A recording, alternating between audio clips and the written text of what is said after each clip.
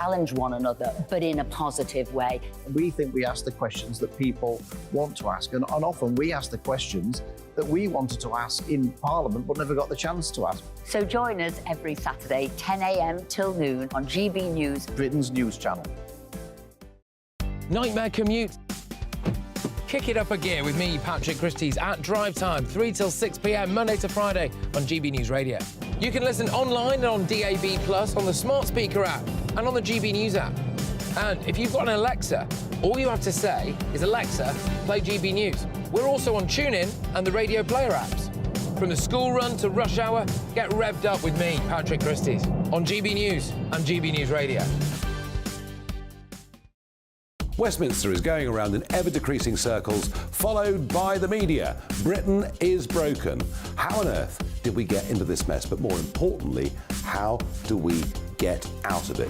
Join me at 7 p.m, Mondays to Thursdays on Farage, here on GB News. We will have open, rational debate. We've got to work out how Britain moves forward from this. Join us here on GB News, the People's Channel. Britain is watching. Join us every night on GB News at 11 p.m. for Headliners, which is 3 top comedians going through the next day's news stories, which is exactly what you need, because when the establishment has gone crazy, you need some craziness to make sense of it. Headliners. You don't have to bother reading the newspaper. We've got it covered for you. Every night at 11 p.m. and repeated every morning at 5 a.m. We won't send you to sleep like some of the other paper review shows out there. So join us 11 p.m. every night on GB News, the People's Channel, Britain's news channel.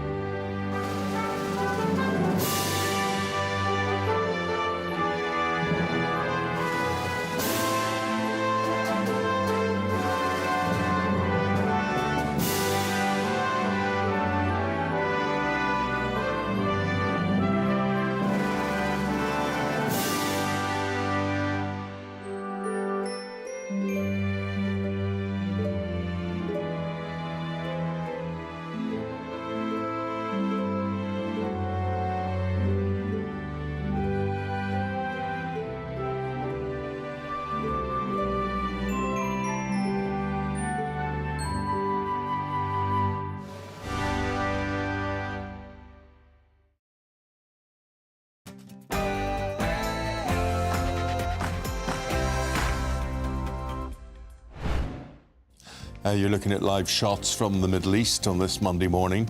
Britain pushing for the Rafah crossing from Gaza into Egypt to open as British citizens remain stuck in the besieged strip. A very good morning to you. It's just gone 6 o'clock on the 16th of October. You're tuned in to Breakfast on GB News with Eamonn, Holmes and Isabel Webster.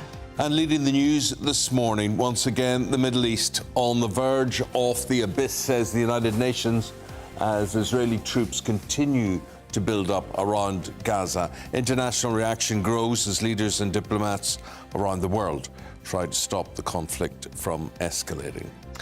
Well, in the last few hours, an Israeli Defense Force spokesperson has said some 500,000 people have already left northern Gaza for the south and repeated that the Israeli military does not actively target civilians. Prime Minister Rishi Sunak will address the House of Commons later today to set out the UK's response to the escalating conflict. And we'll be speaking to the Minister for Armed Forces, James Heappey, in the next hour. Back at home, net migration is unlikely to fall to pre-Brexit levels even by the end of this decade. Will this be another Conservative promise broken? Our political correspondent Olivia Utley live in Westminster with the latest. Olivia.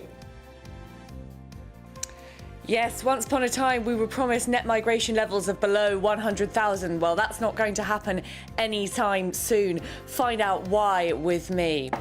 OK. Also this morning, as data obtained by GB News shows a near 200% increase in drink spiking in Lancashire alone, our reporter Sophie Reaper has been out and about with local police on their new counter-spiking operations and will bring you her exclusive report. And Jonathan Vautry will have your latest weather forecast, and we should say very cold over the Frost for weekend. me. Where did that nippy wind come from? Let's go to Jonathan. Good morning. It's a week of two halves, starting off relatively fine and settled, but wetter and windier conditions arriving later.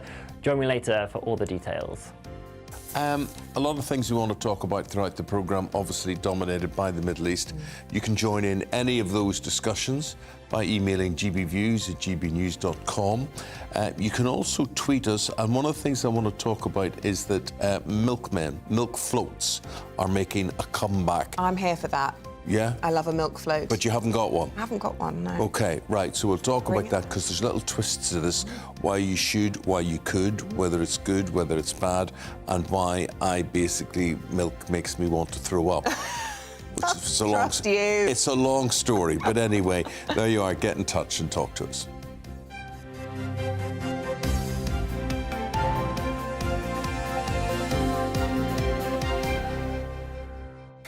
So, top story this morning is the British Foreign Office has been joined by the US Embassy in Israel in urging people to move closer to a border crossing called Rafah between Gaza and Egypt, as reports emerge that it could be opened in a matter of hours. Well, overnight, the Israeli military have said 500,000 people have already complied with its evacuation order and left the northern half of the Gaza Strip. Conditions for civilians in the Strip worsen by the hour, with water, food, power and medicine in scarce supply. Save the Children says there is now no safe place left in Gaza, while the chief of the UN agency in the region says Gaza is running out of life. Well, Israeli troops continue their build-up around the territory as a full-scale invasion is now only a matter of time. This morning, an official from the Israeli Defence Force says that they are not targeting civilians in Gaza. Well, if you were a civilian in Gaza, would you trust that assurance? They say they're not actively targeting civilians in Gaza, but if you're caught in the crossfire, it doesn't seem to count then, does it? Let us know what you think. Hospitals in Gaza say they'll only have power for another 24 hours, and nearly 500,000 people have fled south from the north and east of the Strip as a full-scale invasion could now happen, we believe, at any moment. Well, our reporter Tom Sullivan reports on the crisis inside Gaza. Northern Gaza has fallen eerily silent after another night of deadly bombing. Now the only thing falling from the sky are thousands of pamphlets containing a message from Israel: evacuate to the south immediately. And so they did. For many, the threat of more of Israel's bombs and impending invasion in response to the terror attack which killed more than 1,400 in Israel outweighs orders from Hamas to stay put. Hundreds of thousands fled south on whatever could carry them. Cars if there was fuel, horse and cart if one could be found, but many turned to their own feet. But not everyone is leaving. This doctor and his staff at this children's hospital say they simply can't evacuate. If you want to kill us while we continue working here. We will not leave. We need days and weeks to secure another place. Unfortunately, there are no empty nurseries in these difficult conditions. The situation is really dangerous. I tell you that transferring these children from this place means handing them a death sentence. They will die, and this equipment only operates with electricity and oxygen. Nearby, Al-Shifa Hospital continues to receive a flow of bodies pulled from the rubble of bombed neighbourhoods. Doctors here say the hospital is overwhelmed with civilians, the injured and the orphaned. Where do these children go now? Foreign nationals have been told to head to Gaza's border with Egypt, but as they arrive there was no escape. Here, those with European and American passports can only wait for the gates to be opened. Among them, Mariam and her mother, who travelled from their home in the UK to Gaza to visit family. Every time I just have to have the thought of me dying in a bomb in Gaza, like it's not a good thing. And like every place I go run away, and I just find bombs and I find dead people. And like maybe one day I'll end up like them, but it's a really scary thing for me. Israel has overwhelming support by the EU, the UK and the United States over its right to defend itself and eliminate Hamas, a terror group that has inflicted unimaginable suffering and bloodshed on the country.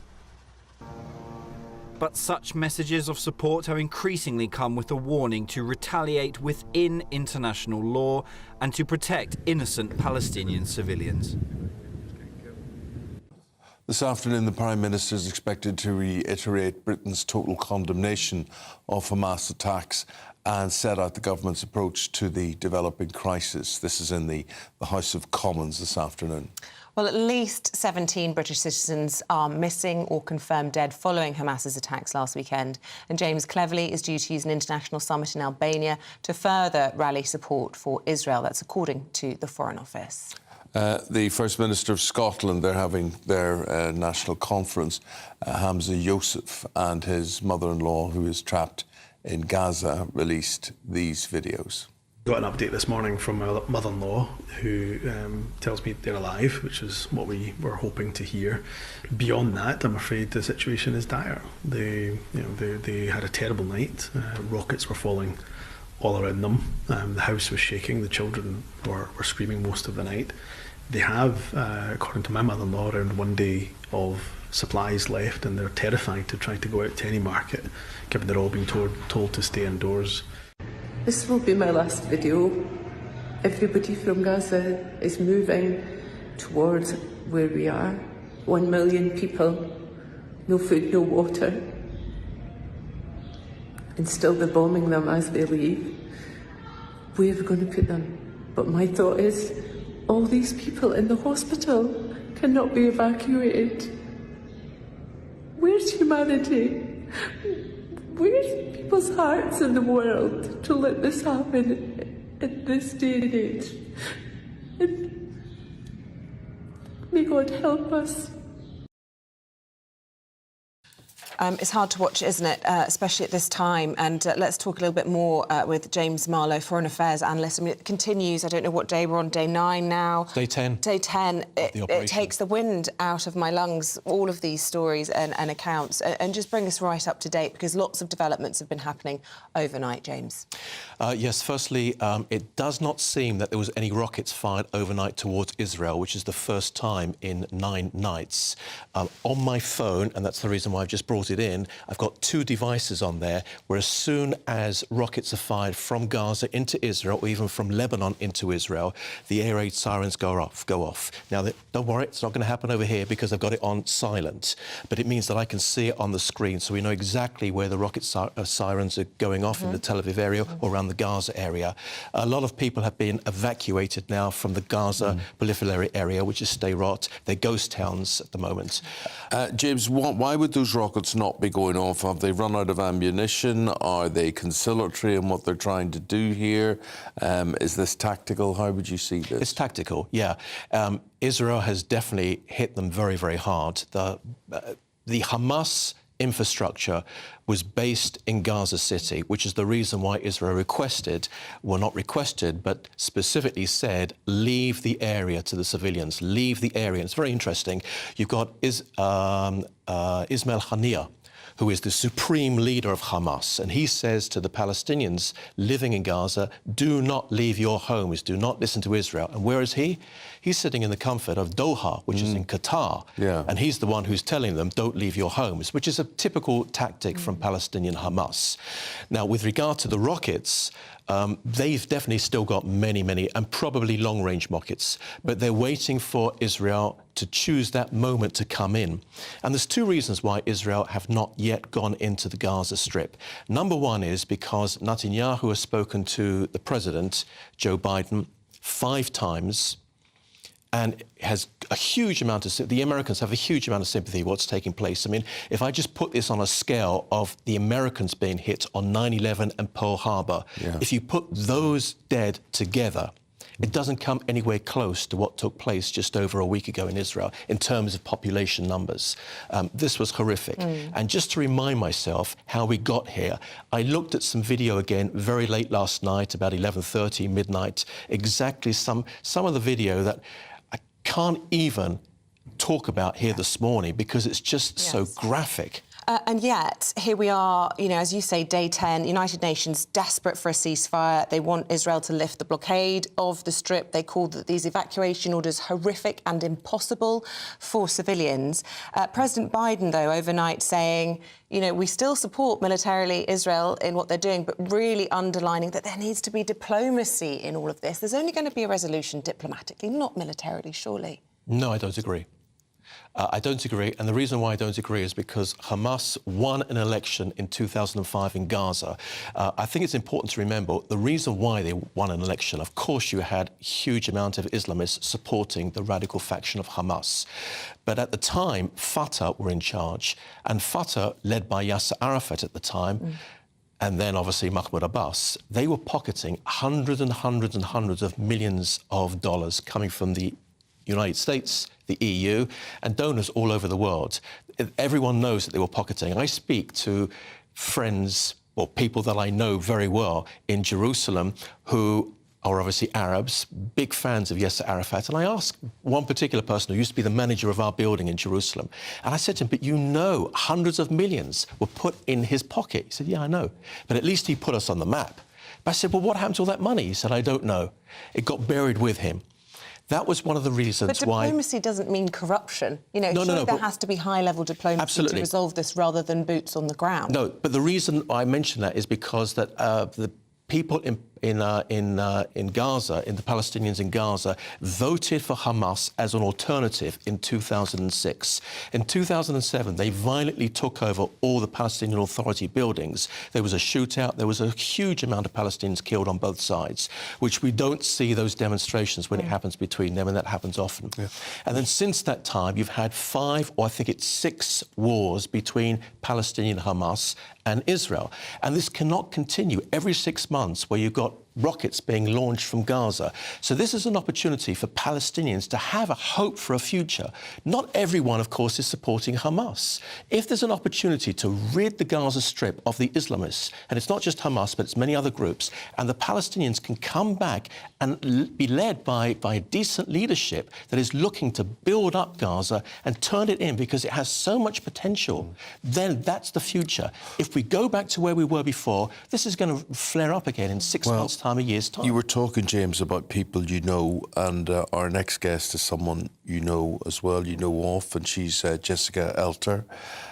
Jessica, we speak to you today. We speak to you with huge compassion and commiseration in our hearts towards you, because you could have died last week, but you did lose your boyfriend at the Supernova Festival massacre, and our condolences to you for that. How are you bearing up?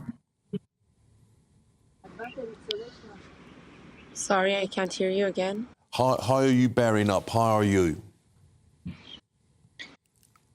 I don't think there is a word that can describe what we're feeling here, what I feel, what his family feeling. I lost my boyfriend. I lost my love for the last 6 years. He was everything to me. We were 24/7 together. We're looking at pictures of you together. This is not the right photos. I'm sorry.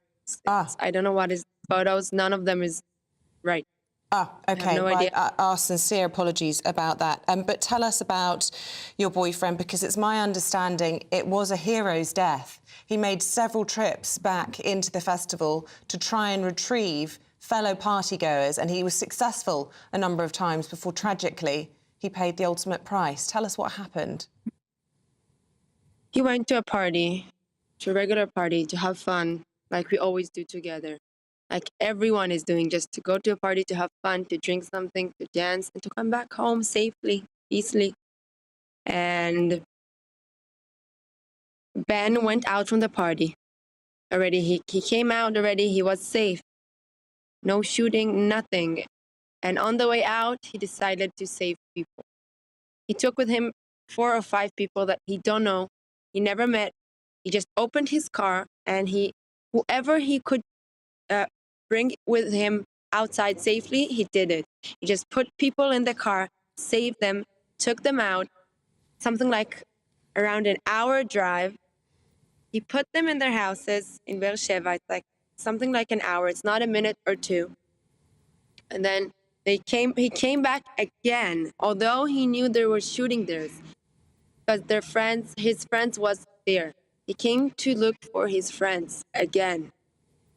Although he saved already many people, he came again. And we found his phone afterwards. His friend texted him, "Don't come. Don't come back. There is shooting again. It's dangerous. Just don't come. We will be okay." And he said, "No way, coming back." He went back inside.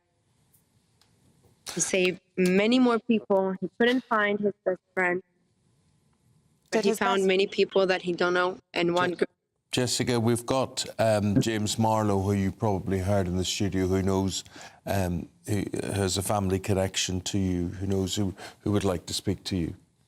Jessica, good morning. I'm so sorry for you and your family as to this tragic news. Can I ask you, I understand from your father, who I spoke to yesterday, that you go with your boyfriend everywhere. What changed your mind at the last minute, Friday night? In Hebrew, it's called Ashgacha Pratit. Okay, and I will explain. So, okay, you go ahead and explain. Saved me.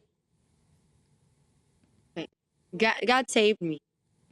And this Friday, something was just in my heart to stay because of Shabbat at home. I didn't want it to drive. I wanted to stay at home, to light candles. Something for only Shabbat. For if it was Thursday, one day before, I can't know if I was there. If I just explain to the viewers, Shabbat is the Jewish Sabbath, Friday night and Saturday. But you have been going out with him every Friday night. What made you change your mind just a week ago? I was with him in a party Thursday, a day before. We were together in a party. We were 24/7 together. I was driving him back and forward and everywhere. We were doing everything together. We were unseparated, never. And something was in my heart. I told him, I'm happy not to go. And he said, why are you saying this? Because this is weird. We're going everywhere together. And I said, I don't know. I'm just Shabbat. I'm happy to be at home, to light my candles. And Jessica, I understand it's a Jewish Shabbat. Yeah, and I understand, just finally, I understand that you knew many people who've been killed. Approximately how many of your friends were killed? I can't count it. I don't know anyone who doesn't know someone who is hurted or injured or kidnapped or dead. We lost so many people, young people, not military, not soldiers, not only cops, regular citizen who went to a regular party and never came back. Good people, innocent people who did nothing bad, nothing, just went to hear music, a music festival, that's it. Well, Ben was one of those people who didn't come back, and we, as I say, our condolences to you. We thank you for sharing your story with us, Jessica. And we've got to leave it there, I'm afraid. Thank you very much indeed. Jessica Elter, who lost her boyfriend Ben at that concert, and James Marlowe, Foreign Affairs Analyst here in the studio. Thank you very much indeed. In other news this morning, predictions by the Migration Observatory have found that the number of people moving to the UK won't fall below 300,000 a year for the rest of the decade. Well, those figures would mean immigration numbers to Britain would remain the same level as before Brexit referendum. This is despite the Prime Minister calling last year's figure too high. And it comes as the Foreign Secretary's on Peace Watch in the Balkans today as he attends a summit in Albania aimed at maintaining stability in the troubled region. Let's get the latest from our political correspondent. Olivia Utley is across this one. Olivia, good morning to you. Morning. It's a bit of a mixed bag for the Prime Minister from this report from the Migration Observatory today. We are expecting to see migration figures go down from the record high that they reached last year, which got up to 606,000. But we're not expecting them to drop below pre-Brexit levels. Now, we're expecting them to go down because in the coming years, we're expecting to see smaller numbers of immigrants coming over from Ukraine and Hong Kong. But because there is still such a very high demand for workers from outside of the UK, particularly in the health and social care sector, it looks like without a major change in policy, it'll be pretty much impossible to get net migration down to under about 300,000. Now, if you cast your minds back to sort of the early 2010s, David Cameron was promising net migration in the hundreds of thousands, in the tens of thousands, in fact. Now that is looking pretty much impossible. Suella Braverman has already said that she would like to see fewer work visas issued. At the moment, the rise is mainly due to work visas. But to make that possible, she would need to recruit more health and social care workers from the UK domestically. And at the moment, that's looking very, very difficult. Olivia, thank you very much indeed. Now, everyone should be able to feel safe on a night out. This is a very interesting item coming up now. This is about spiking drinks. Up and down Britain, violent and sexual offences against women are a real issue, and they are a growing issue. I don't know who that was, but anyway, in Lancashire, data obtained by us shows that since 2012, the number of spiking incidents has increased by almost 200%. And our North West of England reporter Sophie Reaper went out with Lancashire Police on one of their new nighttime operations to see the prevention work they're doing firsthand, and she sent this exclusive report. A wet and windy night out in Lancaster. The freshers have returned to university and all seems well. But under the surface, trouble is brewing. GBNews has obtained exclusive data which shows in the last decade the number of spiking incidents in Lancashire has skyrocketed by 183%. We're going out there, we're going to intervene, we're going to stop any offences happening. Over the past few weeks, Lancashire Police has been carrying out Operation Night Guardian. That's in response to a major increase in the number of violent and sexual offences against women and vulnerable people in the nighttime economy. This man seems to have been causing trouble, and sensing danger, the officers intervene. We've obviously just seen an incident unfolding there. Tell me what was happening. Yeah, so at that pub, that gentleman's been banned for something he's done previously. Tonight, he's come down intoxicated and he's tried to get in with his friends. They've let his mates in because they're fine, but they've said to him, well, no, you've caused issues in the past, you're not coming in. And then that's when the problems have started. He's refused to leave the area. We could have arrested him. He was being drunk and disorderly. And the idea of us arresting him for that offence is that we can nip his behaviour in the bud. So he'll spend the night in the cells in our custody to sober up, so he won't be sexually assaulting anyone or causing any fights. That's the way I look at it, as a drunk and disorderly offence. But if he's willing to walk off and have a good night, well, then I'm happy to having arrested him, and he's happy because he had a good night. Things did seem to have calmed down, but within minutes, the same man was placed under arrest. All over the UK, there are scenes just like this one on a nightly basis. But there's a dark underbelly to Britain's nightlife, and now Lancashire Police are fighting back. Tell me why we're in Lancaster tonight. So we're out for Operation Night Guardian, so we've got officers out in uniform and plain clothes, and we're out there amongst the nighttime economy, speaking with licensees, speaking with the students and the locals that are all out having a good night out, keeping them safe. Violence against women and girls is a national issue. It is an unfortunate statistic that drunken females, vulnerable females, may be attacked, and that generally is by a male perpetrator, and we need to intervene at the right point, identify that predatory, that concerning behaviour that we see out on the streets, and get in there before any offences can happen. Everyone has the right to get home from a night out safely. And so, moving forward, Lancashire Police will be slamming the door shut on anyone who thinks otherwise. Sophie Reaper, GB News. Thanks for that, Sophie. I mean, I think this has got to the stage where it's been normalised. I think it goes on and it's so regular and it happens to so many people. It used to be people said, oh gosh, you never guess what, and her drink was spiked. But now it's like, it's Can't let regular your drink out of occurrence. sight, that's the thing. And it's not just girls that get affected by it. I know that there's horrible instances of guys being spiked as well, but keeping your hand over your glass, you just got to do it and don't accept a drink from anyone you don't know. Ideally, those drinks in bottles for, if my daughter was going out, well, she's only 5, but at some point in the future, I would be saying a bottle so that you can keep a closer eye on it rather than a glass where someone could slip something in. Absolutely ghastly, really frightening. We're going to be returning to that story throughout the programme this morning. If you've got a tale to tell, GBViews at gbnews.com on all of that one. Speaking of tales to tell, you want to talk about this one? If you're looking to lose weight, this is the actor Nick Frost, right? Okay. Have a look at him. And he is now 7 stone lighter, right? How has he done that? He's cut out what he terms secret eating. He's 51 years of age, and he's lost 100 pounds. Wow. Not in money, but in weight. He used to be a chef. He worked in a Mexican restaurant. So what does he mean by secret eating when no one's looking? Yeah. Well, I would just say he obviously did a lot of secret eating. Yeah, well, obviously a lot. I mean, to lose 7 stone in a year, I think is pretty phenomenal. I mean, gosh, that's some people's whole body weight.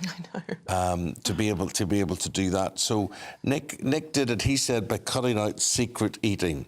So see, I always find dramatic weight loss stories absolutely fascinating, but I've never heard anyone say that. I just don't think I could cut out anything that would lose me 7 stone. What would it be? Soft drinks? What would it be? Orange juice. No, you don't drink much orange juice. Well, Fizzy drinks. But I don't know. I mean, maybe secret eating. I don't know. What could you lose 7 stone by cutting out your secret eating, whatever your secret? I don't think I do is. secret eating. I think I do mindless eating. Yes. So I might be, have a few nuts to graze on. I do emotional eating. Or if you're upset. If I'm happy. Angry. If I'm angry. If the football's gone bad, if the rugby's gone bad, as it did at the weekend, whatever. We'll be talking about all that. Went bad for Ireland, didn't go bad for England. Into the semi-finals of the Rugby World Cup. Paul Coyte with that next.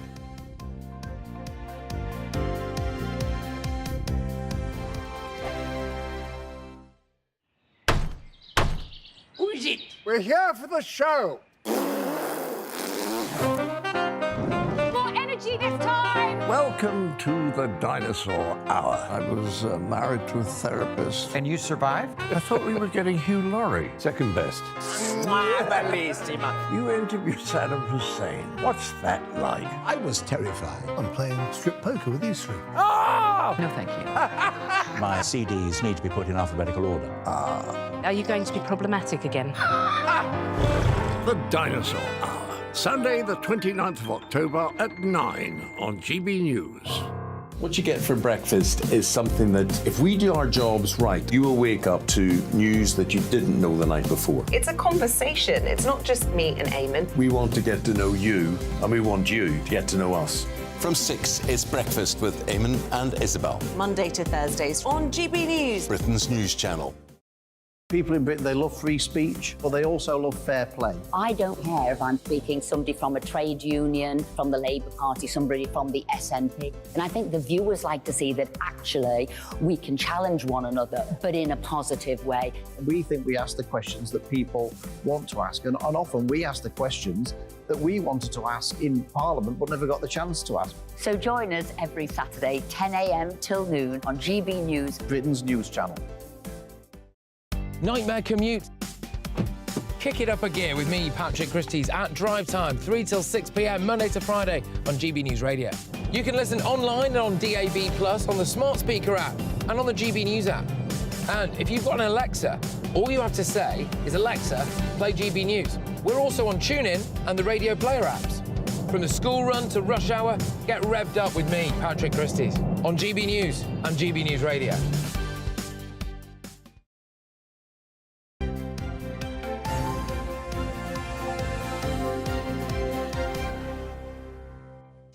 It is 6:31. Welcome to Breakfast on GB News with Eamonn and Isabel. What are we doing now? Where's this going? Headlines. So I'm just saying headlines. Here we go. Reminder of our top stories. The Middle East is on the verge of the abyss, says the United Nations, as Israeli troops continue to build up around Gaza. Number 10, pushing for the Rafah crossing from Gaza into Egypt to open, which it may well do today. Yes, there are in the next half hour, yeah. Yeah, there are British citizens remaining stuck in the Strip.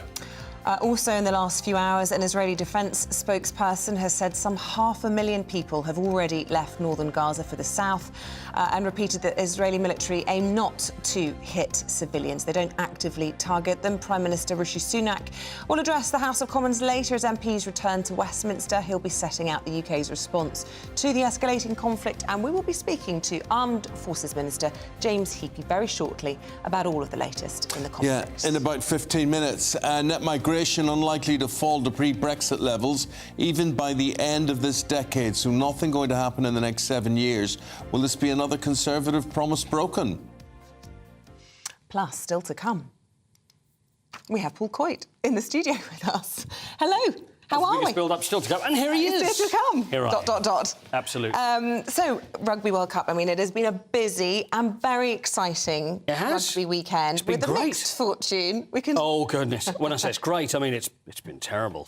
But the results. Well, it was terrible because Ireland were deemed to be a better team than England and most other people as well. And then to lose on Saturday night and England to go through to great joy. It's kind of see, England are the only Northern Hemisphere team that are now left in the World Cup. And if we look back just before the World Cup, I mean, it's actually worked out this way because of the draw, because the way that it's done with the pools, it's done a couple of years ago and it's done on rankings, whereas things change over a couple of years.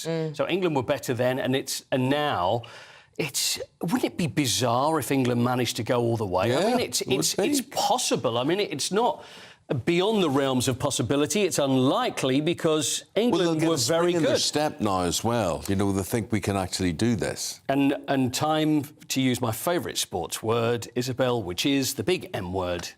Momentum. Momentum, of course. How silly of me to forget. How could you forget the momentum? It's all about momentum. So England beat Fiji 30-24, and they were good. I mean, there was a real worry towards the end when Fiji scored 2 tries, and it looked as if the momentum then was going to turn towards Fiji. And what was interesting, and I don't know how many people noticed it, but as they kicked the conversion, the England team got together. They got into a huddle, and then it was almost like, right, now this is it. It's or bust. Yeah. We've got to go for it. And a couple of drop goals then from Owen Farrell, who is now turned into, well, he's found form. Yeah, he was getting plaudits booed have been before. coming in, haven't they, for They him? were, and he looked man to lead better, them. and it was a very good performance. I mean, we can say it's only Fiji, there's been none of the big guns, but then again, you don't get any bigger guns than what they've got to play, which is South Africa. Well, just mentioning South Africa, of course, they knocked out the home nation, France, last night, and I have to say that was one of the most spectacular games of rugby that you could ever hope to see, really. Since France the Ireland-New losing by Zealand 1 game. point. Yeah. And it was great rugby. But that's the one that would have been a great final, but that's a quarter-final. yeah. But again, that's the way that everything's fallen. So South Africa next for England. Oh, you worry for England against South Africa. Yeah. But you never know. Anything's possible in sport because England, when it came to cricket, yesterday lost to Afghanistan, for crying out loud. So anything's possible. Yeah, but Scotland qualified for Euro 2024. Two games to spare. They have 2 games to spare, but they didn't even have to kick a ball yesterday. Yeah, that was good. Because Spain managed to beat Norway, means Scotland have qualified. So that was good. And also Wales as well. A great result because they beat Croatia yesterday. So that was unexpected. I think it's probably fair to say. 2 games they've got to win, though. If they beat Turkey and they beat Armenia, they will qualify for the Euros as well, but they did lose to both. Paul, when you come back in an hour's time, I want you to talk about the Manchester United takeover, where it's at, who's left in the race, OK? OK, no problem. Thank you very much indeed. A viral TikTok has unveiled bed bugs roaming around the London Underground. I kid you not. A true-life horror story next.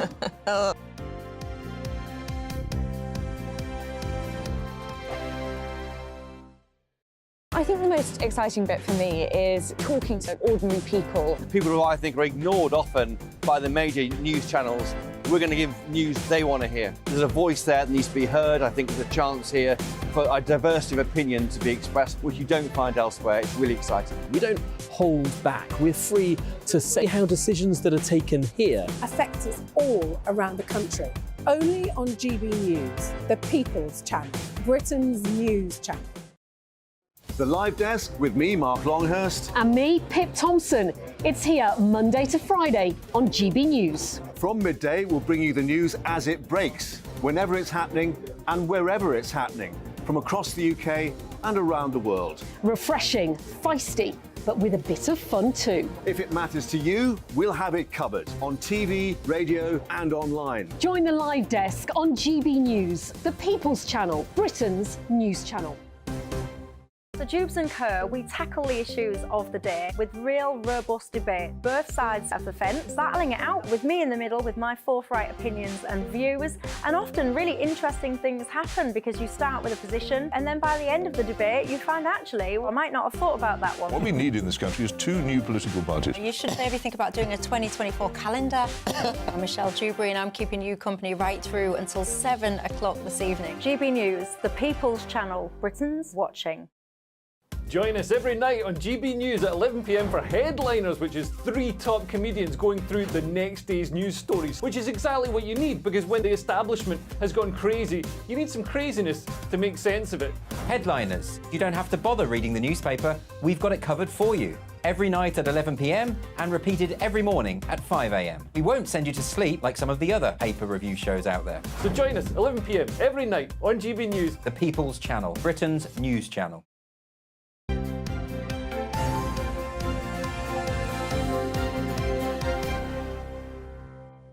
Right, joining us to go through the stories that are making the headlines today, former newspaper editor Don Neeson and journalist Benedict Spence. Very good. Spencer. Says it Spence or Spencer? Spence. Good, Spence, good man. OK, so let's do, that's another mistake. Let's get that done. Right, it's a day full of mistakes so far. Oh, you can call me whatever you want. Well, I as a don't former mind. editor, you would be very precise on accuracy, wouldn't you? Yeah, I tried to. Yeah, yeah. So let's start, Dawn, with this front page of the Telegraph, and it's the latest of what President Biden's been saying overnight, and concerns about what could, good and bad, happen today. So obviously there's this imminent ground invasion, but also hopes that in the next 20 minutes or so we may see the Rafah gate opening, at least for foreign nationals in the Gaza Strip, among whom many Brits would benefit. Yeah, no, absolutely. I mean, we're looking for positive shoots anywhere we can at the moment, aren't we? Every single front page of all the newspapers, with the exception of one, which I'm not going to mention, have various elements of this, the ongoing horror show that we're all facing. Joe Biden last night warned Israel against reoccupying Gaza, but promised the US would send everything it needs to fight Hamas. And this is the confusion here. The people are blurring the lines between the Palestinian civilians and Hamas. And we saw from the marches at the weekend some fairly horrific scenes there. In particular, I was shocked by the pro-Palestine marches, pro the civilians, helping them, but 2 women turned up with the images of the Hamas hang gliders. Yeah, and the police are now seeking those 2 women, aren't they? Yes, and I just thought that is quite clearly not supporting civilians, that is supporting the horrors that befell those poor people in Israel you've spoken very But yet, Benedict, we get Israel saying we don't deliberately target civilians on this, so don't worry.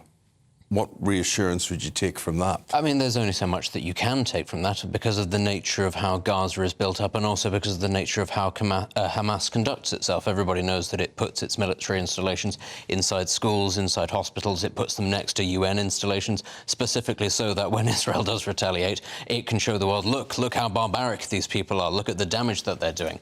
There was this story that was doing the rounds about people trying to flee the north of Gaza a couple of days ago that were hit by an Israeli airstrike, and it turns out that they might not have been. It might have been Hamas booby trapped. Well, this is the point. This is the problem. Is that you've got 2 sides of the story, and both sides, frankly, you are inclined to think, well, there could be some truth in this because the Israelis have accidentally hit people in the past, but equally it is well known that Hamas keeps people in place to use as human shields, which is precisely why they took hostages in the first place. It's a barbaric form of warfare. And it also just underlines, surely, how diplomacy has to be the solution in this, because you're not going to be able to resolve this without killing civilians.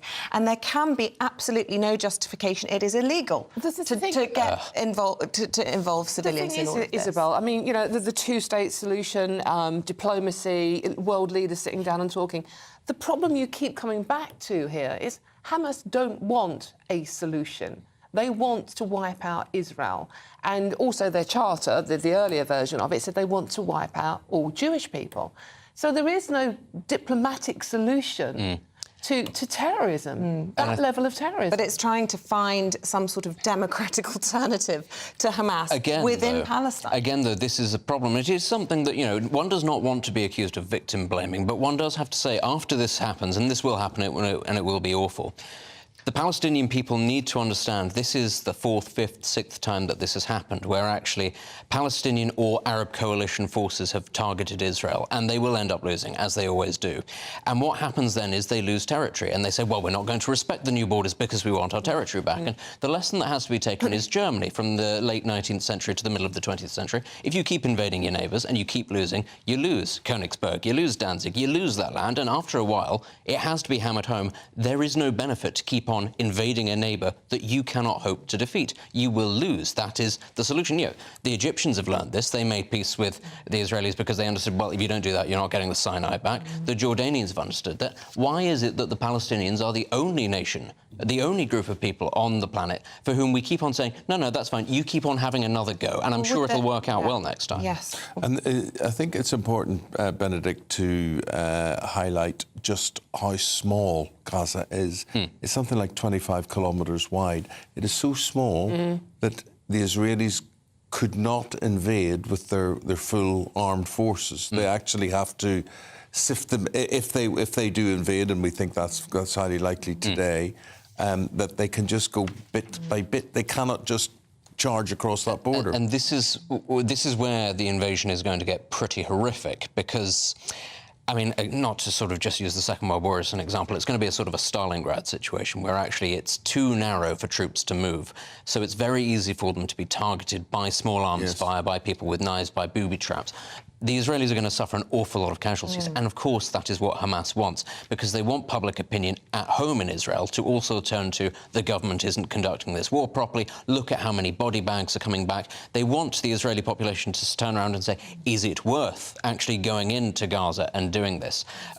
Be under no illusions, though, the Israelis are going to do this either way. And this is where, as you said, you know, there are going to be questions around international law about the bombing. This is why the Israelis do it, because they say it is not worth the danger to our soldiers not to level entire buildings. But there's also the danger that if there is this land invasion, as has been threatened by Netanyahu, then Iran has warned that he will retaliate and get involved as well. This is a scary situation. And suddenly we have a much bigger escalation, which is why Antony Blinken, the US Secretary of State, has been in Egypt, not only trying to negotiate this crossing out through the Rafah crossing, but he's now flying into Israel today, because certainly the West is absolutely desperate to avoid seeing this spreading into a huge regional, if not global war. Who knows where it could all Iran end? have already warned, haven't they, that fingers are on triggers, basically, and if Israel does go in, and by the way, the Gaza Strip is smaller than the Isle of Wight. Yeah. And yet, sort of like, Israel are demanding that 1.1 million people leave the north of that country.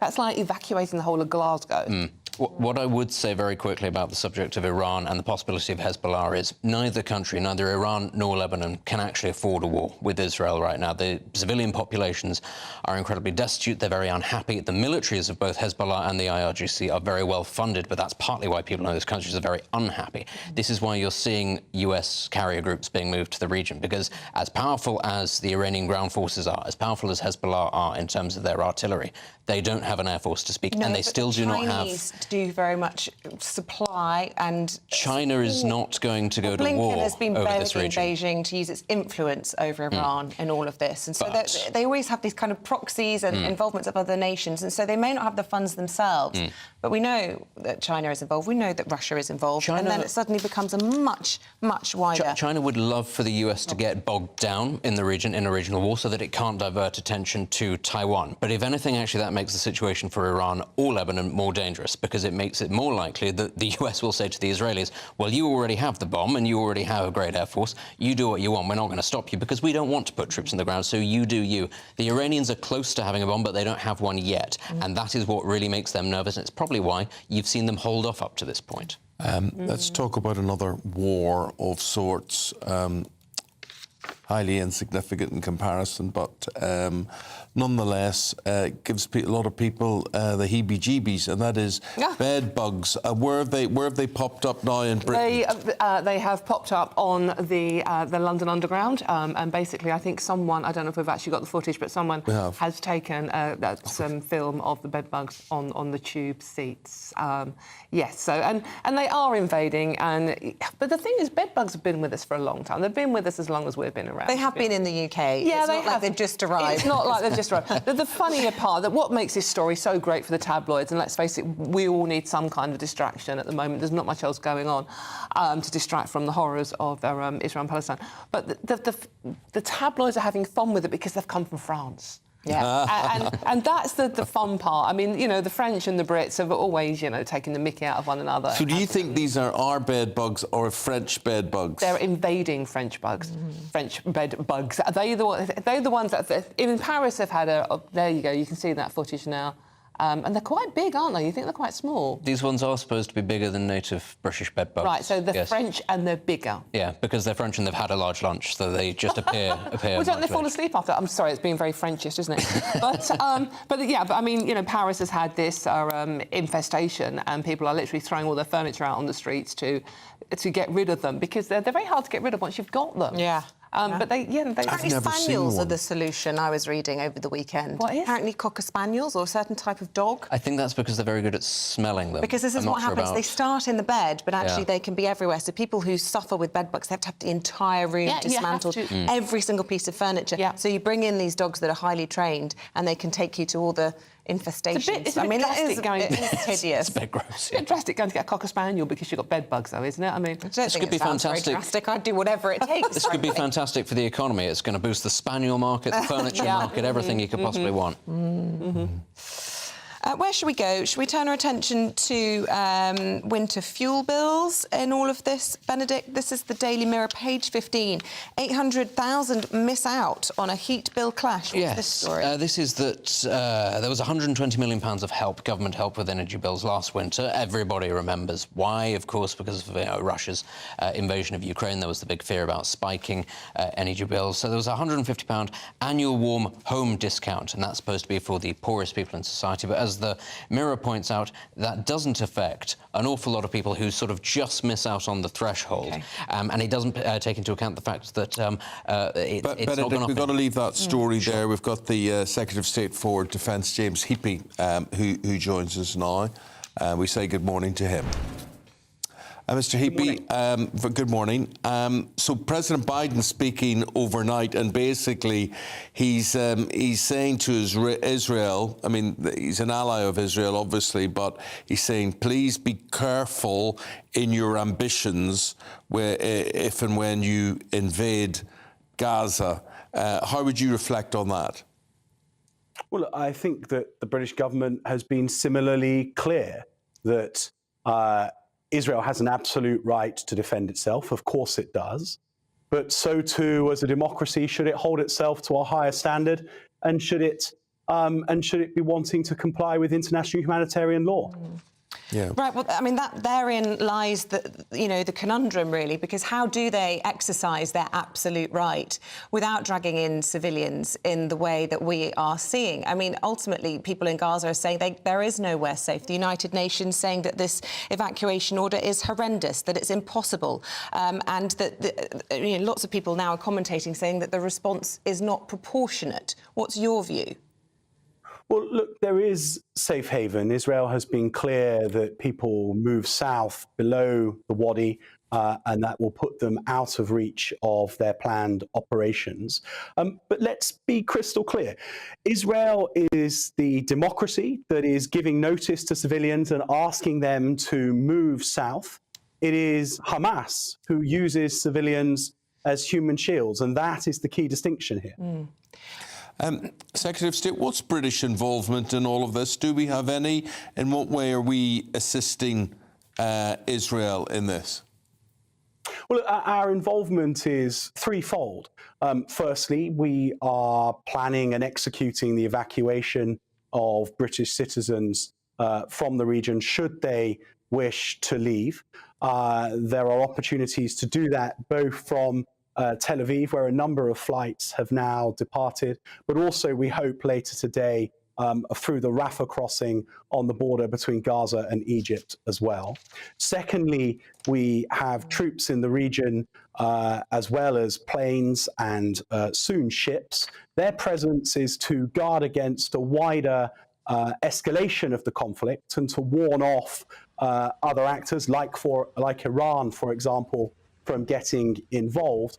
And then thirdly, we're offering support to Israel directly. Now, the nature of that is still to be decided, and clearly the Prime Minister will need to consider carefully any requests are made. But we have made the offer, and we wait to hear what the Israelis need of us. And you'll be aware that senior Conservative colleague of yours, Crispin Blunt, has been warning that the government could well be being complicit in war crimes in the support of Israel in all of this. What is the government's response to that? Because, you know, he's making some pretty serious allegations. He said the UK could be complicit in war crimes. Colleagues in Westminster may not be aware of the legal peril that they are in. Yes, I mean, I think that we are acutely aware that in a situation like this, we need to be honest with Israel about our expectations. But to be frank, Israel is a democracy. Israel is a responsible actor. They have given notice to the population of Gaza. It is Israel that is trying to get the civilian population out of harm's way. It is Hamas who is insisting that they remain. But it's the United Nations who have said that those notifications are impossible and horrific. But I just want to ask you about what Labour have been saying. They think that the UK government should be looking again at their aid support for Gaza. They note that the European Union have tripled their aid over the weekend. Is that something that's being considered? Well, look, certainly the Prime Minister met with the King of Jordan yesterday, and he has had conversations with President Sisi as well.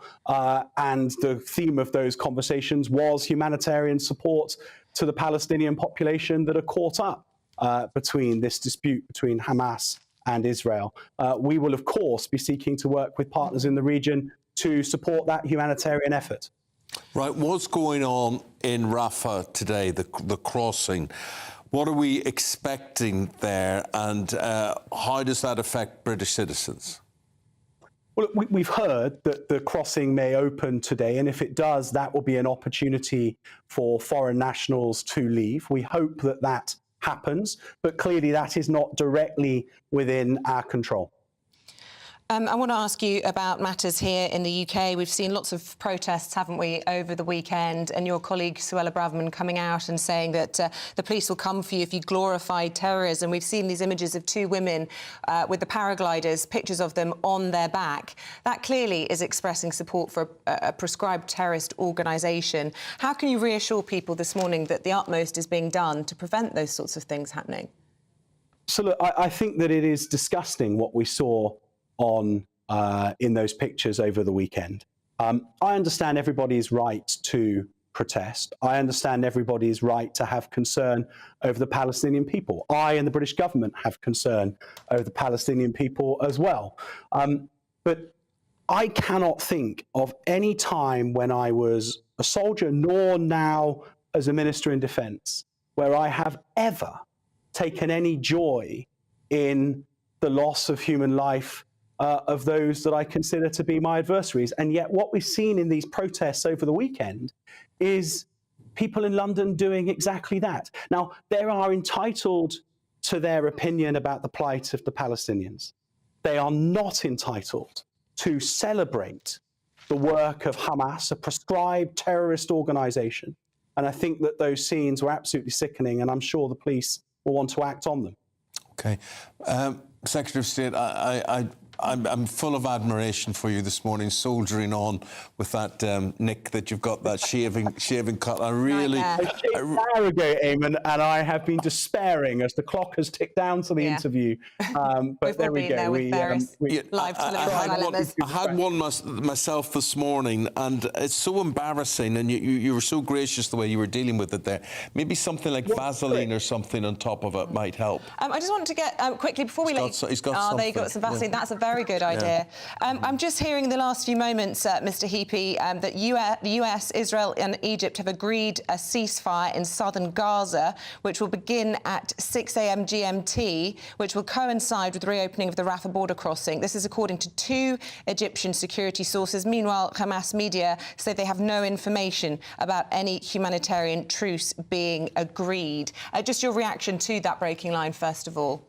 Well, I think that matches our expectations that there is a discussion ongoing about the option to open the Rafah crossing. But as I said in my answer a minute or so ago, it is beyond our control. And so I don't want to pretend that we have any certainty that it will happen.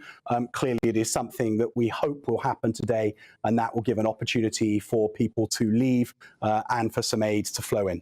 Well, we'll give you an opportunity to leave, apply your Vaseline and a sticking plaster, whatever it takes. Really appreciate your concentration and what you've had to reveal to us today. Secretary of State for Defence, James Heapy there. Thank you very much. Yes. Well, we will have more for you on that situation in the Middle East. As we've been saying, lots of developments overnight. First night in some time, there haven't been any airstrikes into Israel. But talk now of progress on a humanitarian corridor. Details for you on all of that in just a few moments' time.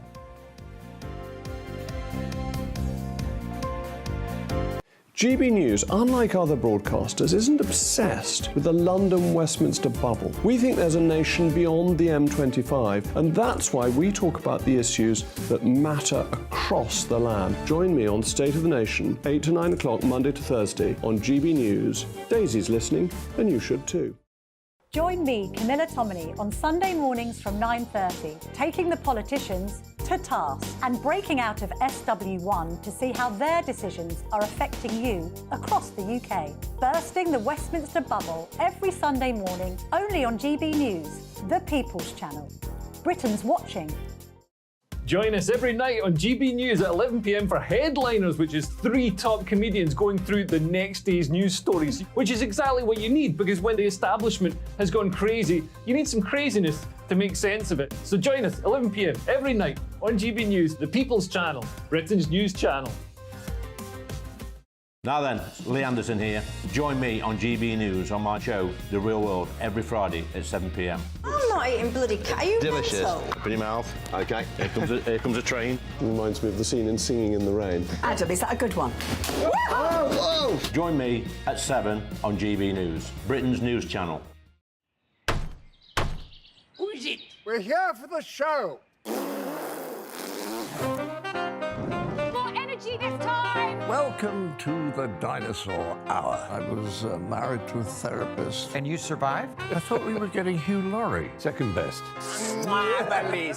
You interviewed Saddam Hussein. What's that like? I was terrified. I'm playing strip poker with you three. Oh! No, thank you.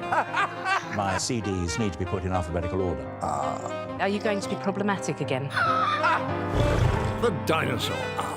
Sunday, the 29th of October at 9 on GB News.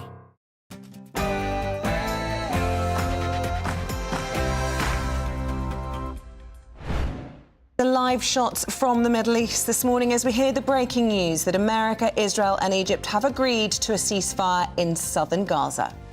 UK also pushing for the Rafah crossing from Gaza into Egypt to open.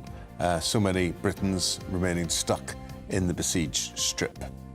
Hello there, very good morning to you. It is 7 o'clock here in the UK, Monday the 16th of October.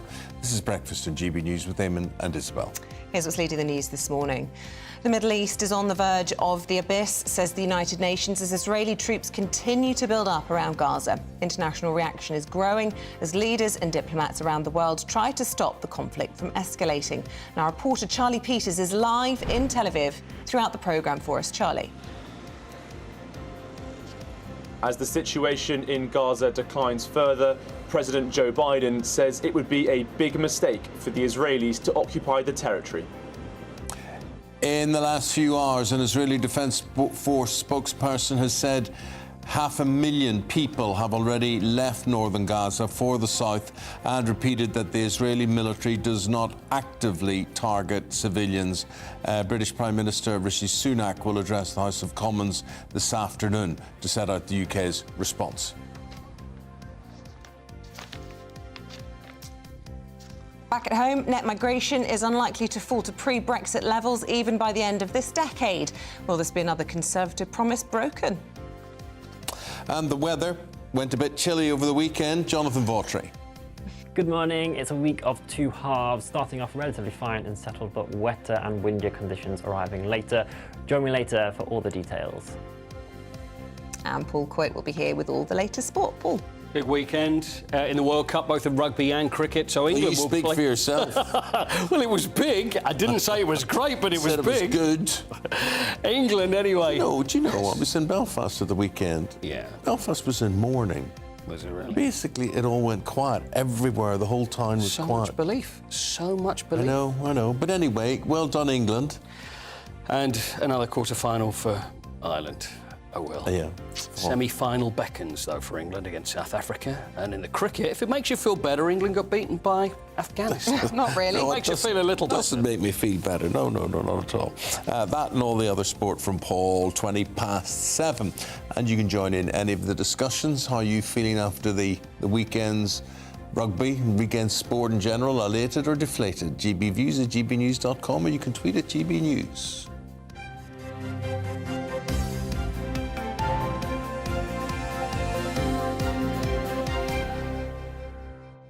So another busy news programme for you this morning, dominated by the ongoing Gaza-Israel conflict and lots of breaking lines in the last few moments, including from the Secretary of State, Antony Blinken, who has said that the Rafah crossing will reopen. So this is a big diplomatic breakthrough. There'd been lots of appeals for this to happen in order for Western citizens trapped in Gaza to get out, and the hope is that as a result, some humanitarian aid can also get in. It doesn't mean that any Gazans or Palestinians will be able to exit, as far as we know at this stage, but we are waiting for confirmation and more of those details. But a big diplomatic coup, frankly, between the US, Israel and Egypt. So that means concern obviously growing for the welfare of Palestinian citizens in Gaza after 10 days of bombing by Israel. At any moment, a ground invasion could get underway. The Israeli military continues its war on the terror group Hamas, which crossed the border into Israel last weekend, killing 1,400 Israelis.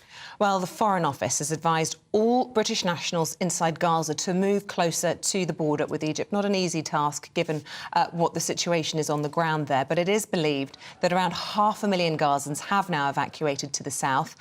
Wherever you are in the region, conditions are worsened by the hour, with water, food and power being cut off by Israel. They believe water has been reinstated in parts of the south. Let's find out the very latest. Our reporter Tom Sullivan reports on the crisis inside Gaza. You may find the content of some of this report disturbing. Northern Gaza has fallen eerily silent after another night of deadly bombing. Now the only thing falling from the sky are thousands of pamphlets containing a message from Israel: evacuate to the south immediately. And so they did. For many, the threat of more of Israel's bombs and impending invasion in response to the terror attack which killed more than 1,400 in Israel outweighs orders from Hamas to stay put. Hundreds of thousands fled south on whatever could carry them. Cars if there was fuel, horse and cart if one could be found, but many turned to their own feet. But not everyone is leaving. This doctor and his staff at this children's hospital say they simply can't evacuate. If you want to kill us while we continue working here. We will not leave. We need days and weeks to secure another place. Unfortunately, there are no empty nurseries in these difficult conditions. The situation is really dangerous. I tell you that transferring these children from this place means handing them a death sentence. They will die, and this equipment only operates with electricity and oxygen. Nearby, Al-Shifa Hospital continues to receive a flow of bodies pulled from the rubble of bombed neighbourhoods. Doctors here say the hospital is overwhelmed with civilians, the injured and the orphaned. Where do these children go now? Foreign nationals have been told to head to Gaza's border with Egypt, but as they arrive there was no escape. Here, those with European and American passports can only wait for the gates to be opened. Among them, Mariam and her mother, who travelled from their home in the UK to Gaza to visit family. Every time I just have to have the thought of me dying in a bomb in Gaza, like it's not a good thing. And like every place I go run away, and I just find bombs and I find dead people, and like maybe one day I'll end up like them, but it's a really scary thing for me. Israel has overwhelming support by the EU, the UK and the United States over its right to defend itself and eliminate Hamas, a terror group that has inflicted unimaginable suffering and bloodshed on the country. But such messages of support have increasingly come with a warning to retaliate within international law and to protect innocent Palestinian civilians. We're hearing from Egyptian security sources. They're saying that America, Israel and Egypt have agreed to a ceasefire in southern Gaza. Hamas saying it has no information about this truce, and if it has been agreed, it is believed this is to allow aid in and foreign nationals out into Egypt. More on this. Let's go to Charlie Peters, who's there in Tel Aviv for us this morning. Charlie.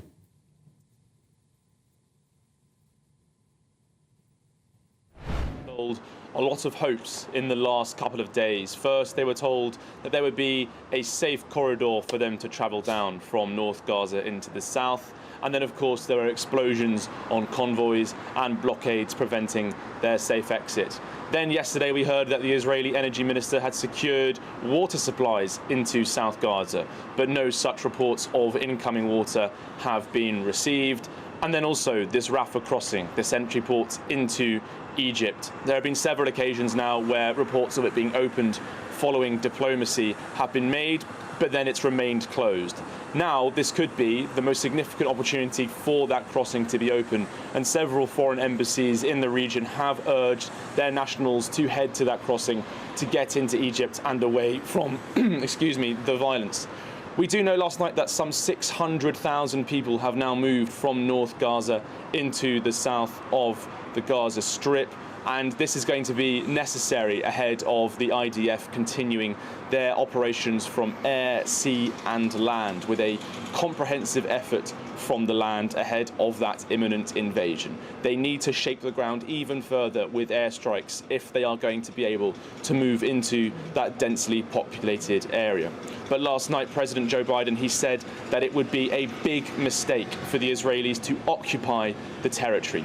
On the Israeli side, however, they say they're not looking to occupy, just destroy Hamas military capabilities. The last time they entered the Gaza Strip in 2014, they were there for 50 days.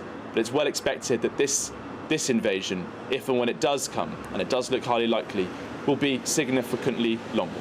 And Charlie, just in the last few moments, I'm seeing on Reuters this morning that Israel has now activated its evacuation plan for 28 villages within a mile of the Lebanon border. Obviously, serious concerns there. We saw shelling coming into Israel from Lebanon over the last few days. Just elaborate on that a little bit for us, if you will. Sure, well, this morning we had confirmed reports of deaths on both sides of the northern region. The Israeli Defense Forces, they lost an officer from an anti-tank guided missile fired by Lebanese Hezbollah yesterday. And in the southern Lebanon area, we have also seen airstrikes and artillery fired by the Israelis, hitting Hezbollah outposts, observation areas and military establishments. This conflict there has escalated in the last 24 hours. What started as occasional skirmishes and artillery fire reached the point yesterday when Apache helicopter gunships from the Israelis were flying up this coastline here. We saw them heading north in order to target and engage Hezbollah positions. And this comes within the last 48 hours as Iran's foreign minister met with the political leadership of Hezbollah in Lebanon, where they said that all options were on the table. They are clearly observing what's happening in Gaza very closely, and Iran has reiterated that if the assault on Gaza continues, it will be forced to act. It's likely that that means that Hezbollah will fire many more munitions into northern Israel.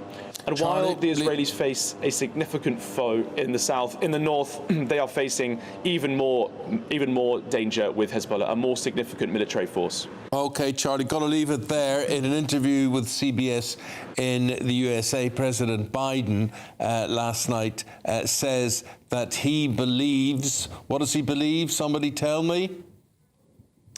There is still a path towards a separate Palestinian state. He said Hamas, the terrorist organisation behind the, needs to be eliminated first, and that Israel understands that a significant portion of Palestine people do not share the views of Hamas and Hezbollah. So joining us now in the studio, yes, James Marlowe, who's a Jewish commentator and foreign affairs analyst. So a lot of this news just coming in. What are you picking up on? What are you hearing from your sources? Well, firstly, that's a really good rundown, what we just heard from Charlie. Pretty much on the Gaza, rockets have been coming in now from Gaza into Israel, but only a few around the Gaza periphery is what they say. A lot of those communities in the southern Israel have been evacuated. They've moved up to the centre of the country in Jerusalem and various other places. Again, as Charlie just said, several communities from the north have been removed. One thing I'd like to pick up is Antony Blinken, because he's had a really important role in the last few days. And so he's the US Secretary of State, which means he's basically foreign affairs for America. Foreign Minister, exactly. And on the orders of Joe Biden, he came to Israel a few days ago. He actually really showed his solidarity, gave a speech, which I thought was really good at the press conference, from his heart. And I was very impressed with it, very much so, because it didn't look like he was speaking from notes. He really spoke from his heart on the atrocities that took place just over a week ago in Israel. And now, since that time, he has travelled to 6 Arab countries: Saudi Arabia, Qatar, the UAE, Bahrain, Egypt and Jordan. And the reason why he's done that, and to meet with the leadership over there, is because this can flare up, as I'm sure we've been speaking about for the last few weeks, I say we, GB News, into a massive Middle East conflict. You have Iran and Syria, and you have all of the Shiite groups in Iraq, Syria, which was controlled by Iran. Now, the potential for this to overflow was that Iran simply pushes that button and everyone starts to converge on the northern Israeli border, i.e. Syria, and specifically Lebanon. That's where you've got Hezbollah. When you say everybody, how many, what sort of figure would you put on that? Well, it's really difficult to put down on figures. So a lot of people that have to be rehomed. Oh, in terms of the population? Yeah.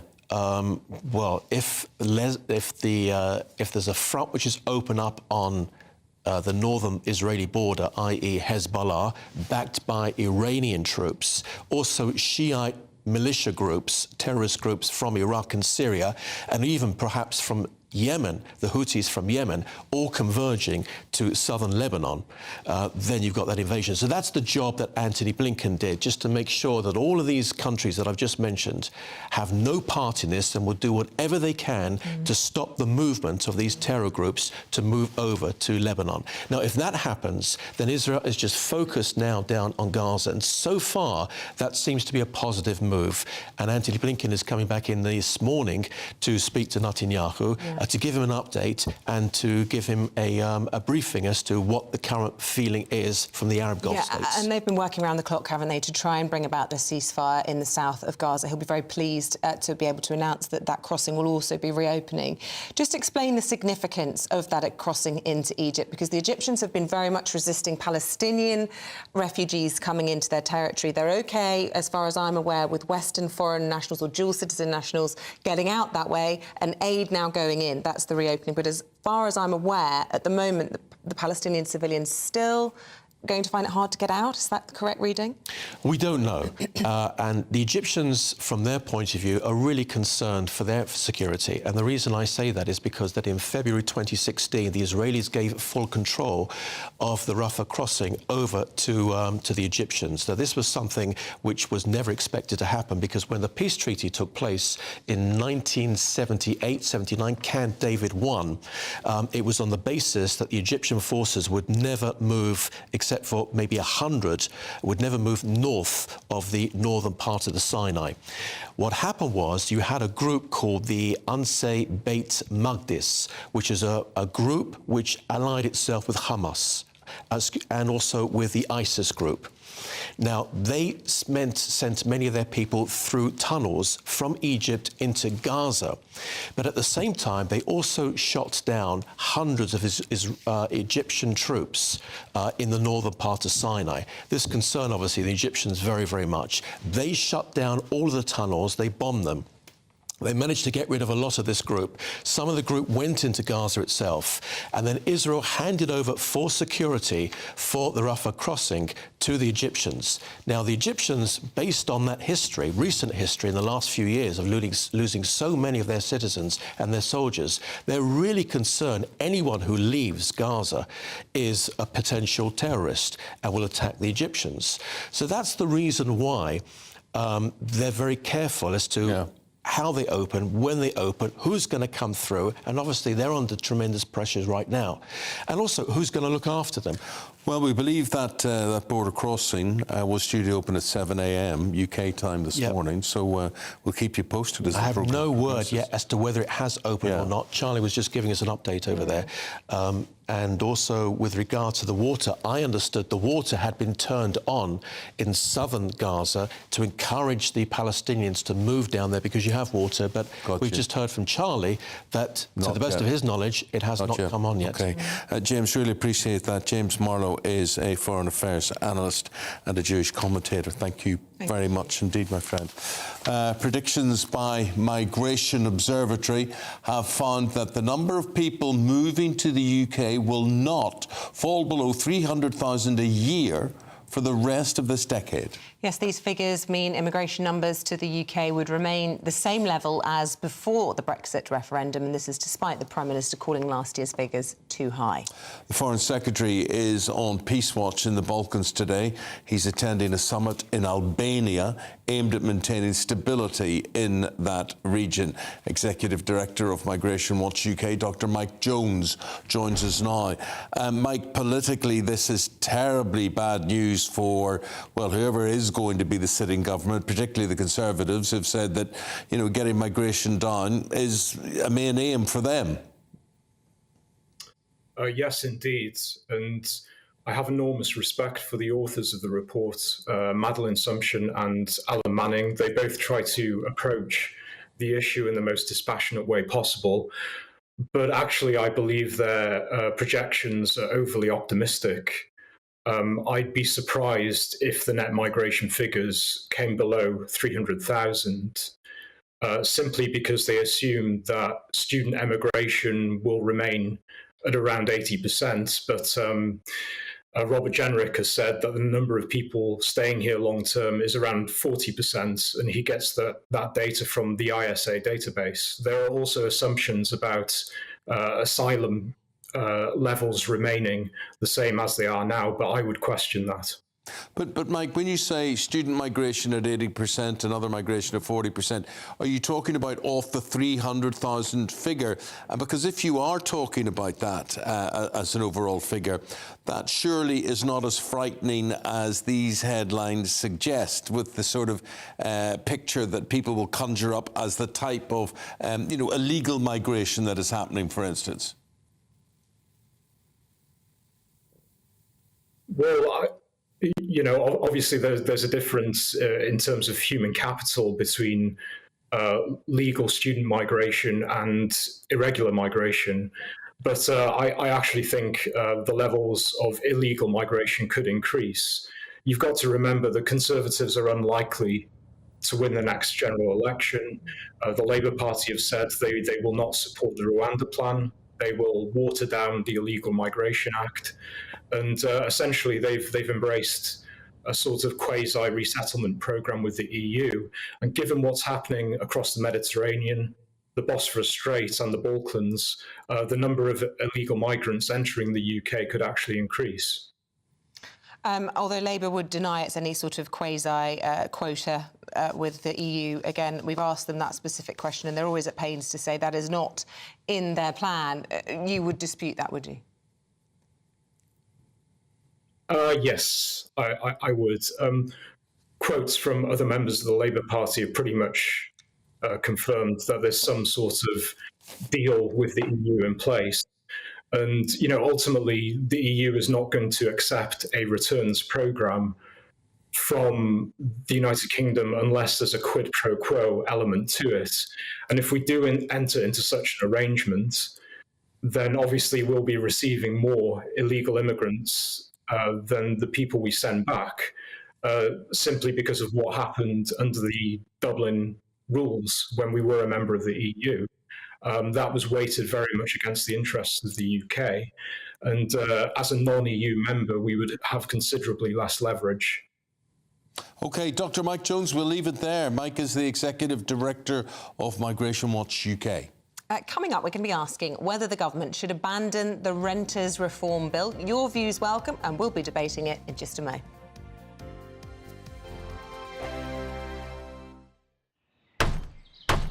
Who is it? We're here for the show.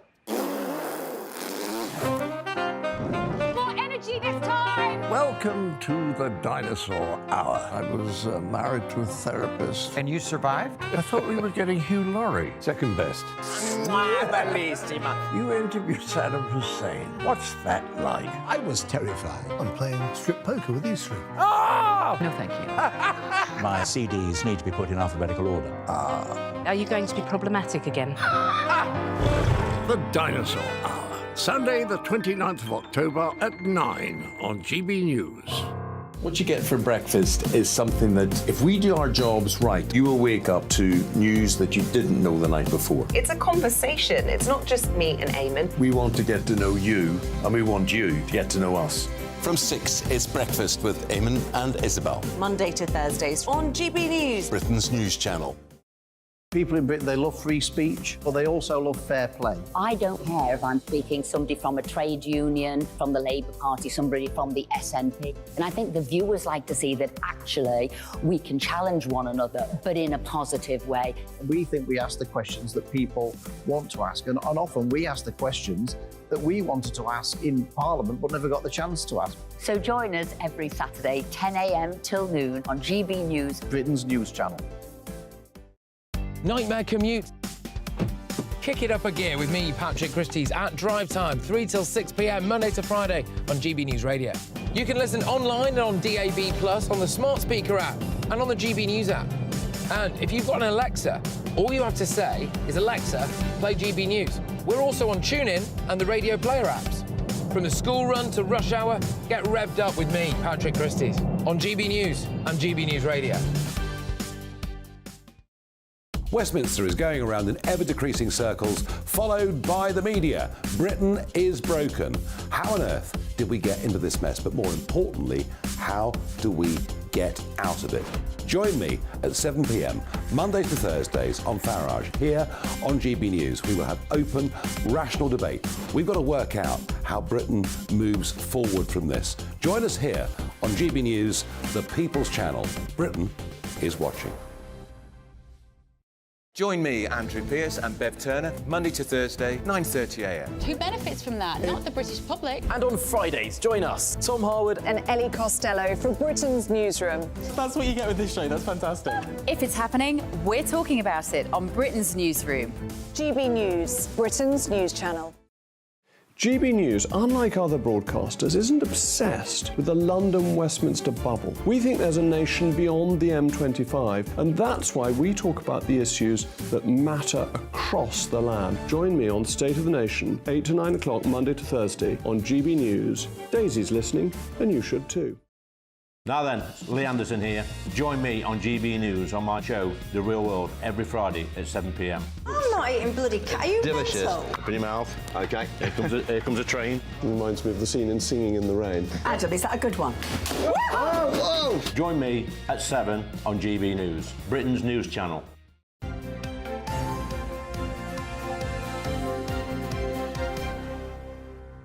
Your take on Milkman?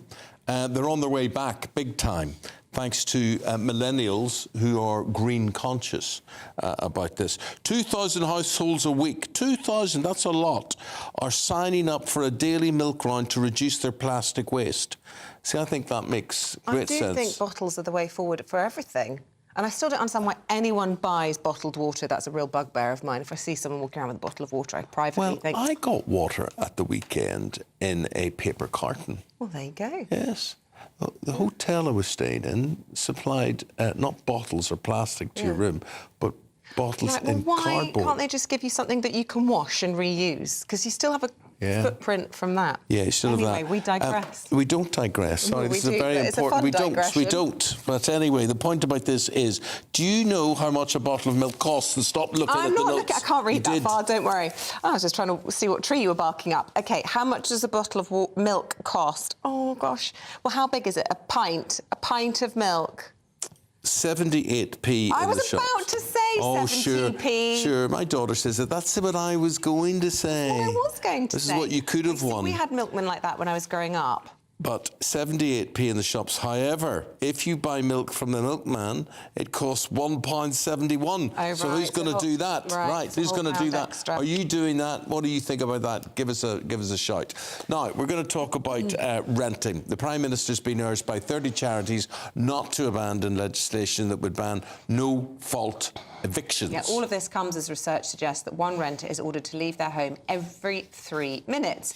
And the group of charities has written to the Prime Minister to warn that they are deeply concerned about the lack of progress in passing the Renters Reform Bill into law, even though it was promised in the Tory manifesto now 4 years ago. Oh, so should the government abandon the Renters Reform Bill? Joining us to debate this, star of Channel 5's Nightmare Tenants, Slum Landlords, Paul Champlina, who has also founded Landlord Action. He's joined by Reem Ibrahim, Communications Officer at the Institute of Economic Affairs.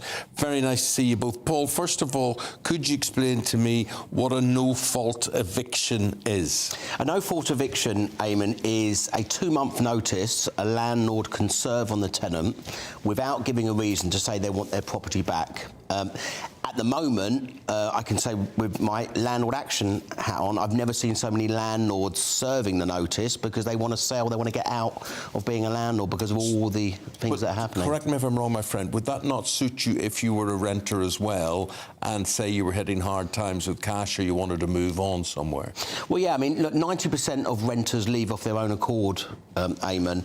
So when there's rent arrears, normally you'd use another procedure, which is going to court and getting a possession order, a money order, so you can try and claim back the rent arrears. A lot of landlords use Section 21 when there is rent arrears, but also you're still getting councils that are telling tenants to stay put so they can be rehoused by the council. There is a lot of unintended consequences. Reem, you're looking at this very much from a landlord perspective, even though just last week we heard that renters are actually biologically ageing more rapidly than ordinary people because of the stress caused by it. And we've seen a dramatic increase in how much people are having to pay in rent as well. Why should we feel sorry for landlords? I'm actually saying that this bill is bad for everyone, tenants and landlords. So ultimately, this is an amalgamation of increased regulations on landlords. We're talking about them not being able to require a blanket ban on pets for whatever reason, a blanket ban on children as tenants. We're talking about huge amounts of regulations that are burdensome. We're also talking about the fact that they now can't increase rent as a result of this bill if it's to be implemented, except for only once a year. And of course, we saw interest rates go up 12 times since 2021. There are huge amounts of reasons why landlords want to push up these rents. Now, fundamentally, the costs are going to be pushed onto tenants. If we want to see rents across the country reduce, house prices reduce, we've got to be thinking about this within the wider context of the housing crisis. The only solution is to build more homes and allow for there to be even more choice for tenants and, indeed, those people that want to end up buying properties. Well, look, I want to ask you both of you, because every debate we do on housing comes down to the same thing. There are not enough homes. Can you briefly tell me, I'm going to ask both of you, why there are not enough homes? What is the main form of resistance to them? The main form of resistance is, unfortunately, NIMBYs, the local, we call them not in my backyarders, local councils and local residents that are effectively lobbying in order to restrict and stop the amount of houses that are being built. There's also the huge amounts of burdensome regulations that effectively mean that the supply of housing is restricted. Now, it's Economics 101. If you increase the supply of anything, prices will come down. We need to be building more homes, and ultimately it's up to the government to reform the planning system. OK, that's the answer I hear all the time, Paul. Why doesn't it happen? We've had numerous governments say they're going to build 300, 400. Even Keir Starmer said he's going to build 1.5 million. I mean, where? Planning is a massive problem. You've also got an issue now with finance and interest rates. Developers have slowed up from building their land banking as well. And of course, we have an issue with first-time buyers. It's going to continue going on and on. And I suppose what doesn't help, Eamonn, we have had more housing ministers than you've had hot dinners. That does not help. Yeah, that's true. But Paul, tell me this. Do you think that landlords should have the right to refuse tenants with children or pets if they want to? Well, I think in this day and age, refusing a tenant who's on benefit or on children can't happen. I mean, I think economically, what's happening now, Isabel, is 25 tenants on average are going from one property. If the biggest problem that you have is also, and there is the argument with regard to abolishing Section 21, more landlords are going to be more resolute when it comes to referencing. So if you've got a tenant or a professional couple that are paying £400, £500, £600 a month more than a housing benefit tenant, who are they going to go for? I think having pets in a property, I think it's actually really good for a tenant's mental health. And a landlord can ask a tenant to take out pet insurance, and I represent a company called My Deposits, which is one of the biggest deposit schemes, and actually pet damage dispute is very minor at the end of tenancies. I'm sorry, this is ridiculous. It's their property, for goodness sake. They're able to require, a landlord should be able to require anything that they wish to, because it's their property. And ultimately, the damage and the cost that they are going to be factoring into their rental prices, this bill will only increase rents. It will only restrict the amount of supply for those individuals, and ultimately it will hurt tenants. Well, I think, you've got 30 tenant organisations representing tenants, i.e. Shelter and Generation Rent. Have you polled every single renter in this country and asked them what they think? I don't think you would have done that either. No, of course I haven't. No one's got the time to poll 11 million tenants, have they? Paul, you're saying that all these tenant organisations want this bill. I'm telling you, there are huge amounts of unintended consequences as a result of this bill that will hurt renters. Without a doubt, it's hurting renters at the moment. Look at the interest rate. I mean, the average property in London was rented for £2,300 a month. It's endless. Good things that are coming out of the Renters Reform Bill is that there's going to be a property portal so that the property is going to be compliant and landlords will be part of a redress scheme. It's about raising standards and actually making sure that tenants are going to be renting in suitable, decent properties. So could you two agree on something, and that is everybody seems to be a loser on all of this? Landlords are losing, tenants are losing. Yes, I agree. Absolutely, and I think the solution, again, is to increase the supply of housing. We must build more homes, and I would call on the government to actually say it is fundamentally pertinent that the government then look at the supply issue and actually reform the planning system. Well, they tried recently, didn't they? But that meant damaging the water quality, and these are the sorts of regulations. But it's an old argument, isn't it? The nutrient neutrality regulation is, again, I mean, a drop in the bucket compared to the huge swathes of regulations transparency across guys. the supply system. Well, I think you agreed there on something, and I'm not sure what, but very good. Build more homes. Build more homes, right? Build more homes. Yes. Paul Champlina and Reem Ibrahim, thank you both very much indeed. We're going to take a look now at some of the other stories coming into the newsroom this morning. And foreign criminals could avoid prosecution entirely and instead face immediate deportation under new government plans. It's an attempt to solve the overcrowding crisis in our prisons, which currently hold 10,500 foreigners. We're speaking to our political editor, Christopher Hope, about that story a little bit later on in the programme. A diabetes screening trial for children has opened in Northern Ireland. The programme, which aims to identify those at high risk of developing type 1 in the future, has been described as the first of its kind for the UK. Type 1 diabetes is a serious and lifelong autoimmune condition which affects almost 9,000 people, and that is just in Northern Ireland. And the English National Opera is in chaos this morning. The music director has quit in protest at what he calls severe cuts. The company said 19 posts were being cut and the remaining musicians would be employed on part-time contracts. The row is centring on an announcement by Arts Council England last year that the opera would lose 100% of its £12 million funding unless it moved out of the capital. So they're being forced to move out of the capital, or they get their funding cut for that. Have you ever been to see any English National Opera? I've seen lots of ballet at the Royal Opera House, but I've actually never been to the opera. So I'm probably part of the problem, because I would be devastated to see it suffering. But that was getting about cut, ballet, wasn't losing. it? That wasn't opera. That was about the opera, wasn't it? National It was about ballet. Oh. Dancing. The English National Opera. Oh, but sorry. it's often at the ballet is often at the Opera House. Or whatever they do, they're not doing it at the moment. Paul Coit is doing everything sports-wise. My friend, what have you got on this Monday morning? Well, rugby. We better mention the rugby semi-finals coming up then of the Rugby World Cup, which happened at the weekend. So England, after everything, after all how bad everything is, what a disaster. It's suddenly good. All of a sudden, yes. You know, it's looking OK. The only unbeaten team in the World Cup that are left. Although, let's face it, everybody that England have played, we could argue with the fact it hasn't been quite the quality of some of the other teams, but by the time it gets to Saturday, South Africa, the holders, that's going to be tough.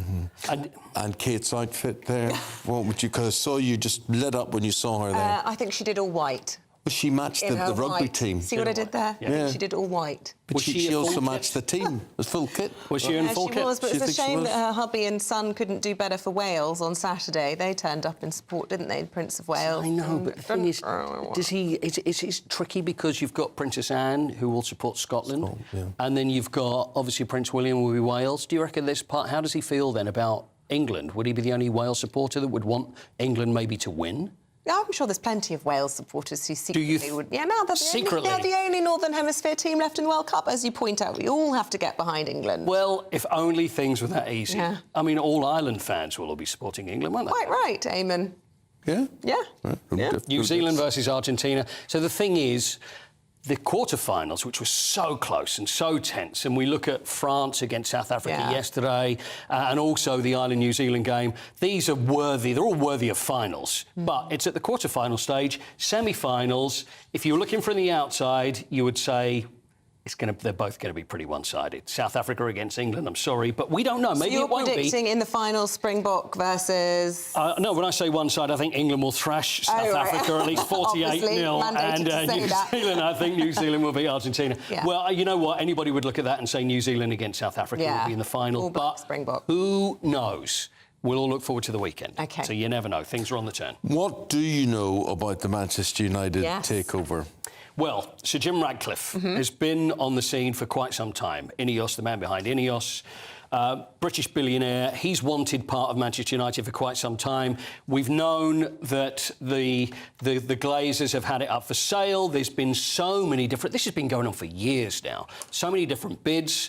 We've had the Qatari bid as well, which is Sheikh Yassin bin Hamad Al Thani. Which would have been a complete buyout. It would have been, although we now have heard that he's pulled out. So he said he's not interested anymore. Leaves Sir Jim Ratcliffe. Although he wants a complete buyout, which it looks like is going to happen, at the moment we're looking at 25%. Although it's... What do you mean it looks like it's going to happen? He has to wait 5 years or something. See, I don't know. See, he's saying that you know, we want to take care of the whole football operation.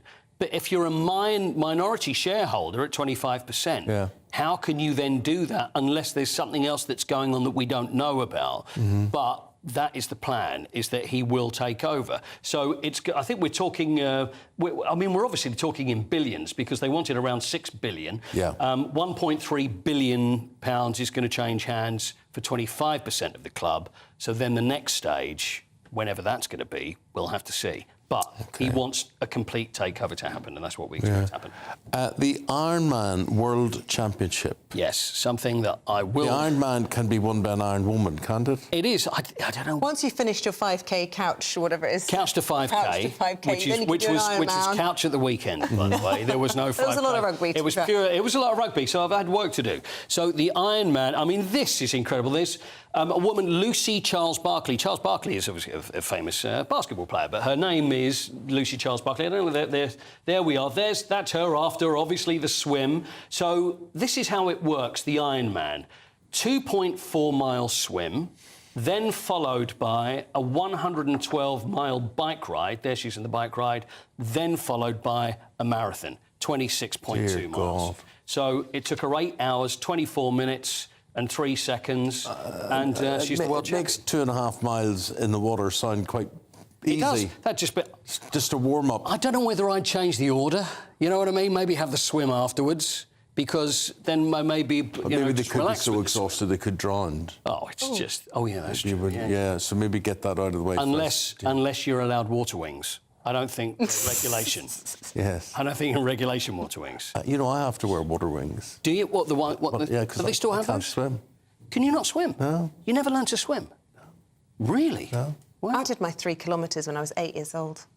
Yeah. Did you have the stripes? You're a fish. Did you have the stripes stuff? Did you get the stripes? There was the yellow stripe was for the width. Then there was a purple one for 25 metres. Then there was a white one for a length. And then there was the 3-length one. How do you know things like that? Because I did it. I remember. And also there was the... See, you've even missed out on diving for the brick in your pyjamas. Did you never dive for the brick in your pyjamas? Or in your jeans? What about Aquaman? Who was Aquaman on TV? You're not talking about Patrick Duffy, are you? I am talking about Patrick Duffy. Patrick Duffy Very well done. And he had webbed fingers, didn't he, before he went into Dallas?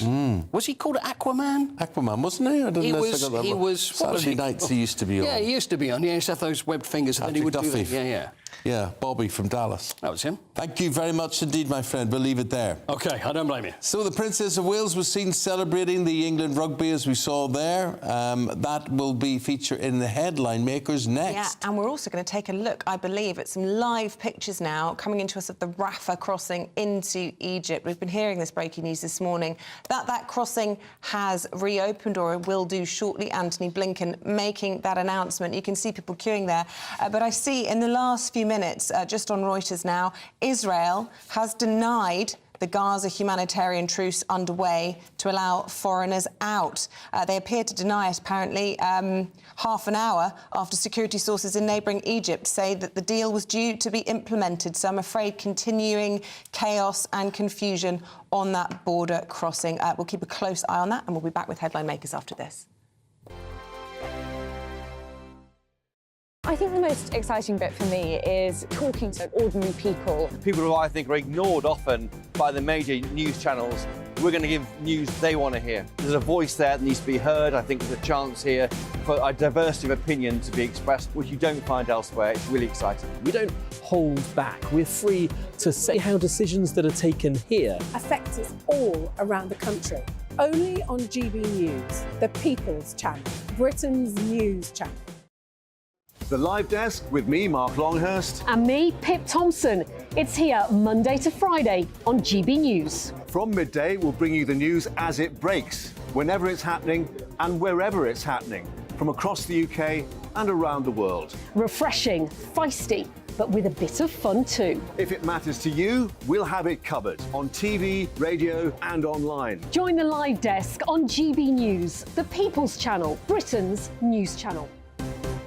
The Jubes and Kerr, we tackle the issues of the day with real, robust debate, both sides of the fence, battling it out with me in the middle with my forthright opinions and views. And often really interesting things happen because you start with a position and then by the end of the debate you find actually, well, I might not have thought about that one. What we need in this country is 2 new political parties. You should maybe think about doing a 2024 calendar. I'm Michelle Dewberry and I'm keeping you company right through until 7 o'clock this evening. GB News, the People's Channel, Britain's watching. Join us every night on GB News at 11 p.m. for Headliners, which is 3 top comedians going through the next day's news stories, which is exactly what you need, because when the establishment has gone crazy, you need some craziness to make sense of it. Headliners. You don't have to bother reading the newspaper. We've got it covered for you. Every night at 11 p.m. and repeated every morning at 5 a.m. We won't send you to sleep like some of the other paper review shows out there. So join us 11 p.m. every night on GB News. The People's Channel, Britain's news channel.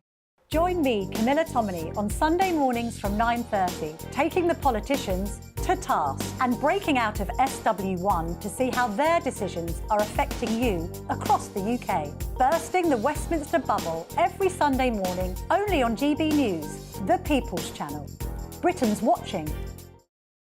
Every Sunday from 11, join Michael Portillo. There will be topical discussion, looking at the week before and the week to come. So kick back and relax at 11 a.m. on Sundays on GB News with me, Michael Portillo. GB News, the People's Channel, Britain's news channel. I'm Andrew Doyle. Join me at 7 o'clock every Sunday night for Free Speech Nation, the show where I tackle the week's biggest stories in politics and current affairs with the help of my 2 comedian panellists and a variety of special guests. Free Speech Nation, Sunday nights from 7 on GB News, the People's Channel, Britain's news channel. Nightmare commute. Kick it up a gear with me, Patrick Christie's, at Drive Time, 3 till 6 p.m, Monday to Friday on GB News Radio. You can listen online and on DAB+, on the smart speaker app, and on the GB News app. And if you've got an Alexa, all you have to say is, Alexa, play GB News. We're also on TuneIn and the Radio Player apps. From the school run to rush hour, get revved up with me, Patrick Christie's, on GB News and GB News Radio.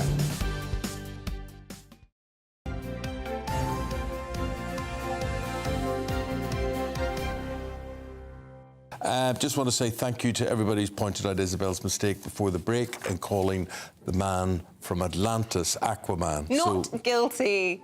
It was you that said it. I didn't even know really what Aquaman is, so Exactly. can't be held guilty of that. Lulu Barry, I love listening to Eamonn and Paul reliving the past of old times and making my morning. They are so funny and like 2 big kids having a great time. Thank you for brightening my morning just for 2 minutes. Thank you. And thank you to all Man from Atlantis fans. Oh, there are lots of corrections on that. Out there. Can I read this one really quickly, then we'll get into the papers. Yvonne says, I live in Lancashire and I have a milkman. Yes. But the milk is only 70 pence a pint, so that article was wrong. They were saying it was £1 Well, more. not according to the Daily Star and Meg Jorish in the Daily Star, who says that milk from the milkman costs £1.71 per litre and on average compared to 78p in the shops. Well, not according to Yvonne, and she says she gets eggs as well as butter, all from her milkman, fresh from the local farm at 5:30 in the morning, 6 days a week. There's an advert. I'm guessing she doesn't live where Meg lives, in North London. Doesn't sound like it. But anyway. Bottles clinking at 5:30 in the morning. Lovely. It's lovely. You've been up for hours by then, This is Dawn Neeson here, and this is Benedict Spence, and they've got the newspaper for us this morning. And Dawn, Suella Braverman says protesters who celebrate Hamas will feel the full force of the law, and they're not just celebrating Hamas, it's the atrocities. Yeah, no, this is the marches that took place mainly in London at the weekend. They are supporting Palestine and what's happening to Palestinian civilians, but also there were people there who appeared to be supporting Hamas. We saw pictures of two women wearing images of the paragliders going into the dance in the desert where people were massacred, pinned on their jackets, and Suella is saying that we will not tolerate this, and the police have launched an urgent appeal for information about these particular women. And Benedict and I were talking about this just now during the break. It's supporting Palestinian civilians, absolutely fine, no problem, everyone should be doing it. No one wants to see any more people massacred. However, there is an air of anti-Semitism about what happened at those marches, and it is almost the one form of racism not just in this country, but across the world, that people find somehow acceptable. And I just cannot understand how, if it was any other religious group or race, people would come out and say, this is wrong, this is wrong. The only people that appear to be saying this is wrong are other Jewish people. But I do really think we need to guard against conflating people who are there genuinely supporting Palestinians, and not everybody was wearing those kinds of things. And I think there is a legitimate argument that people are affected in this country by what's happening in Gaza as well, and they have the right to demonstrate and express their concerns about it as well. It was a small minority. But as Dawn says, it takes a minimal excuse for people to come out and condemn Jewish people all the time.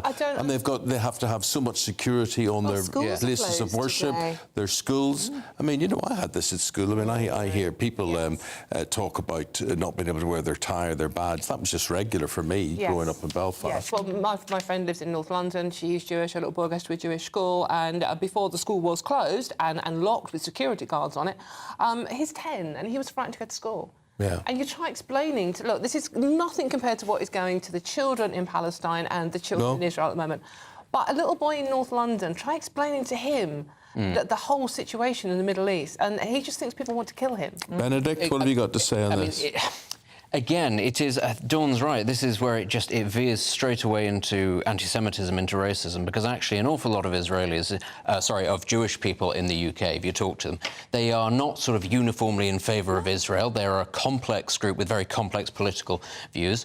But the fact of the matter is, after Hamas attacked people in the south of Israel, before Israel reacted to it, there was a spike in anti-Semitic hate crime in London. And, you know, that's what we're sort of dealing with here. It's not a question of, are you pro-Israeli, are you not? People look for opportunities to attack Jewish communities around the world. The fact that we have to have security at Jewish schools in Britain in the 21st century is staggering to me. In Berlin over the weekend, people went around painting Stars of David on buildings where they knew that Jewish businesses were based. People live in Germany. In this, it's staggering to me. And again, Dawn is right. People find different reasons to get away with this sort of thing, and it's. I know that it is a prejudice, that it sort of transcends political ideology, religious ideology, but it is revolting. And I know also on the subject specifically of Suella Braverman saying, if you are demonstrating in favour of a terrorist organisation, you know, we're going to come down hard on you. Some people have suggested that this is sort of favouritism. It isn't. It's a disgraceful thing that anybody can support a banned terrorist organisation and expect anything other than to be arrested. It's imprisonable with a maximum penalty of 14 years. So I think those two girls may find themselves in a lot of trouble, rightly so. Benedict, there's a story in the Metro, and I'm scratching my head to really understand this.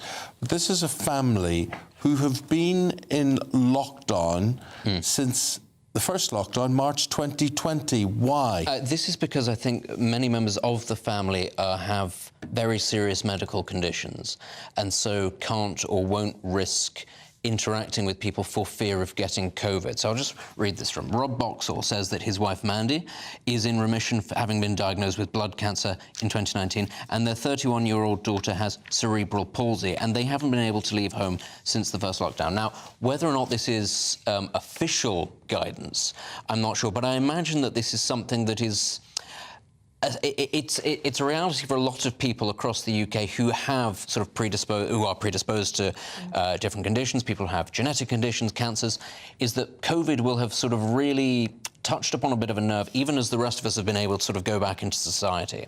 Whether or not you can expose yourself to something that is, you know, it's now that it is sort of in the general population, we have vaccines for it, it isn't as deadly as it used to be, but that's not to say that it isn't a problem anymore. And, you know, a lot of people in life do have to sort of take these precautions into account, that if you do pick up something like this, it can be a life or death situation. You know, these are very specific examples, but people, you know, haemophiliacs, people with all kinds of different cancers are at risk. And when these new sorts of diseases come about, yes, the average person in the street might benefit from a vaccine. They might be fine after a couple of months or years. But actually, a lot of people, it just adds a new level of jeopardy to them. Oh, seamless link there. I've run out of pasta. Name that tune. Name that tune. That's the Blue Peter from the show Blue Peter, which was a childhood staple of Well, it would have been for me, it would have been for you, I presume. I grew up watching Anthea Turner on there. And Did you? Yeah, well, it's been going for 65 years and it hasn't stopped. That's the thing. So each generation has their Blue Peter presenters, don't they? I mean, Well, where is it now? It is in trouble, evidently. What's on? Really couldn't tell you what channel it's on. It is on BBC still, but I'm not quite sure. It's online. It'll be online. Yeah, I'm not sure if it's on sort of like on the. It's on the CBBC channel, so the children's channel. So that's why I'm not aware of it, even if you don't have small children. I couldn't tell you who the presenters even are now, but evidently it's celebrating its 65th birthday today. But 3 presenters have quit within the last 14 months, and basically there is a rumour that it's come to the end of the road. It's not really relevant for today's. Do you know, I don't even know if it's, however, the BBC not has denied it. Do you know, my kids have never watched it, I admit, and I would love them to watch it, but they find themselves gravitating towards something like Netflix, and they'll stick on American stuff because you don't find any British kids' material on there, and it's addictive and it hooks them in. If it was easy, you know, I don't know, I just don't know if it can compete in the modern market with all this other stuff coming in. There's so many other channels, but I think it's really sad. It's so wholesome. Full of creative recycling and all the rest of it. I used to love it. I mean, John Noakes was one of my presenters, and he was the one that climbed up Nelson's column, wasn't he? And as a kid, I just wanted to go and climb Nelson's column. Mum said it probably wasn't such a good idea. But he did that, like, literally with no harness, just literally climbing up a ladder. So for then, it has changed. Then it was encouraging you to get out and do stuff and sort of, like, you know, have an outdoor life, you know, go out on your bike, go and explore the countryside, etc., etc. But I haven't watched it for a long time, and I don't know... I'm going to go and seek it out later. Yeah, well, my niece sort of, like, you know, grew up watching American TV and ended up talking like an American TV star. It's like, what? I know. That's true. But I chose the last BBC presenter, that girl there. Oh, so, right. Yeah. Right, we have to say goodbye to Dawn and Benedict. Thank you very much. We'll have more from both of them in a little while. Anytime we get to And anything we'll have all the interesting, latest she on the just conflict jumps to the break. in the Middle East in She just a goes. few moments' time.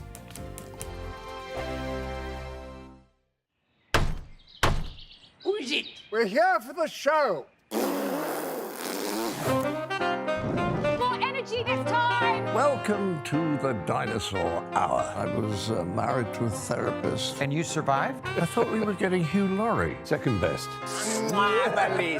You interviewed Saddam Hussein. What's that like? I was terrified. I'm playing strip poker with these 3. Oh! No, thank you. My CDs need to be put in alphabetical order. Are you going to be problematic again? The Dinosaur Hour. Sunday, the 29th of October at 9 on GB News. What you get for breakfast is something that, if we do our jobs right, you will wake up to news that you didn't know the night before. It's a conversation. It's not just me and Eamonn. We want to get to know you, and we want you to get to know us. From 6, it's Breakfast with Eamonn and Isabel. Monday to Thursdays on GB News. Britain's news channel. People in Britain, they love free speech, but they also love fair play. I don't care if I'm speaking somebody from a trade union, from the Labour Party, somebody from the SNP. And I think the viewers like to see that actually we can challenge one another, but in a positive way. We think we ask the questions that people want to ask, and often we ask the questions that we wanted to ask in Parliament but never got the chance to ask. So join us every Saturday, 10 a.m. till noon on GB News, Britain's news channel. Nightmare commute. Kick it up a gear with me, Patrick Christie's at Drive Time, 3 till 6 p.m, Monday to Friday on GB News Radio. You can listen online and on DAB+, on the smart speaker app and on the GB News app. And if you've got an Alexa, all you have to say is, Alexa, play GB News. We're also on TuneIn and the Radio Player apps. From the school run to rush hour, get revved up with me, Patrick Christie's, on GB News and GB News Radio. Westminster is going around in ever-decreasing circles, followed by the media. Britain is broken. How on earth did we get into this mess? But more importantly, how do we get out of it? Join me at 7 p.m, Monday to Thursdays on Farage, here on GB News. We will have open, rational debate. We've got to work out how Britain moves forward from this. Join us here on GB News, the People's Channel. Britain is watching. Join me, Andrew Pearce and Bev Turner, Monday to Thursday, 9:30 a.m. Who benefits from that? Not the British public. And on Fridays, join us, Tom Harwood and Ellie Costello from Britain's Newsroom. That's what you get with this show. That's fantastic. If it's happening, we're talking about it on Britain's Newsroom. GB News, Britain's news channel. GB News, unlike other broadcasters, isn't obsessed with the London-Westminster bubble. We think there's a nation beyond the M25, and that's why we talk about the issues that matter across the land. Join me on State of the Nation, 8 to 9 o'clock, Monday to Thursday, on GB News. Daisy's listening, and you should too. Now then, Lee Anderson here. Join me on GB News on my show, The Real World, every Friday at 7 p.m. I'm not eating bloody cat. Are you Delicious. mental? Open your mouth. OK, here comes a train. Reminds me of the scene in Singing in the Rain. Adam, is that a good one? Whoa! Join me at 7 on GB News, Britain's news channel.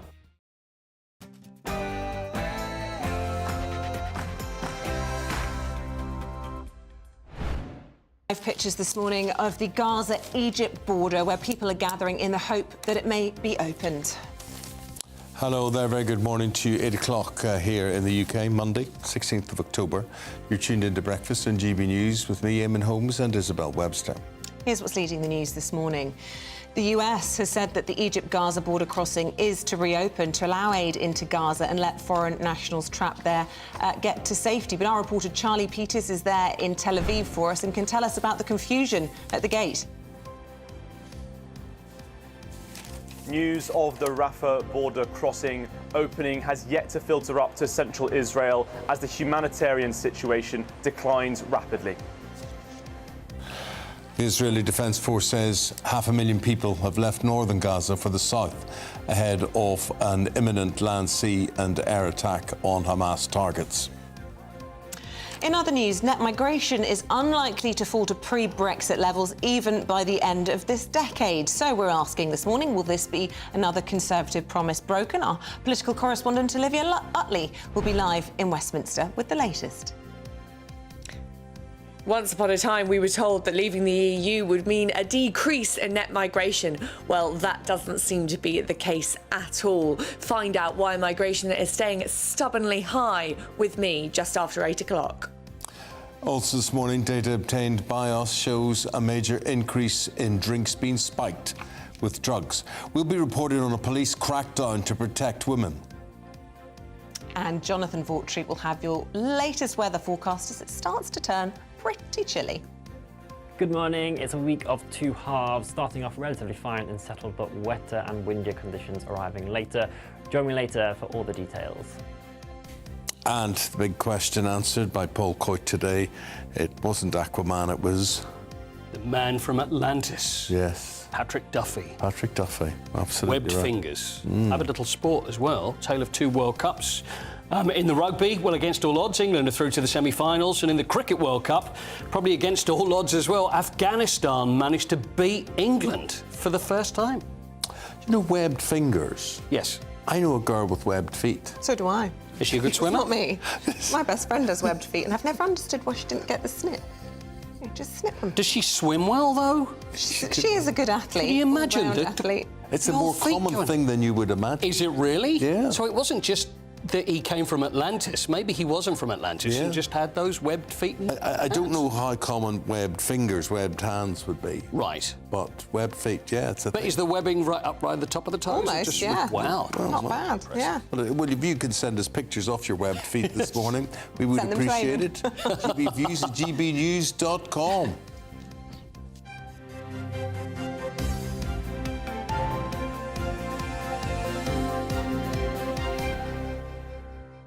OK, our top story this morning is the scene at the Gaza-Egypt border, the Rafah crossing, where there are hopes that that border will, well, it should have been opened in the past hour. Palestinians with dual nationality are trying to get through there on Palestinian passports. The US Secretary of State said the border will reopen, raising hopes for many, but the gates...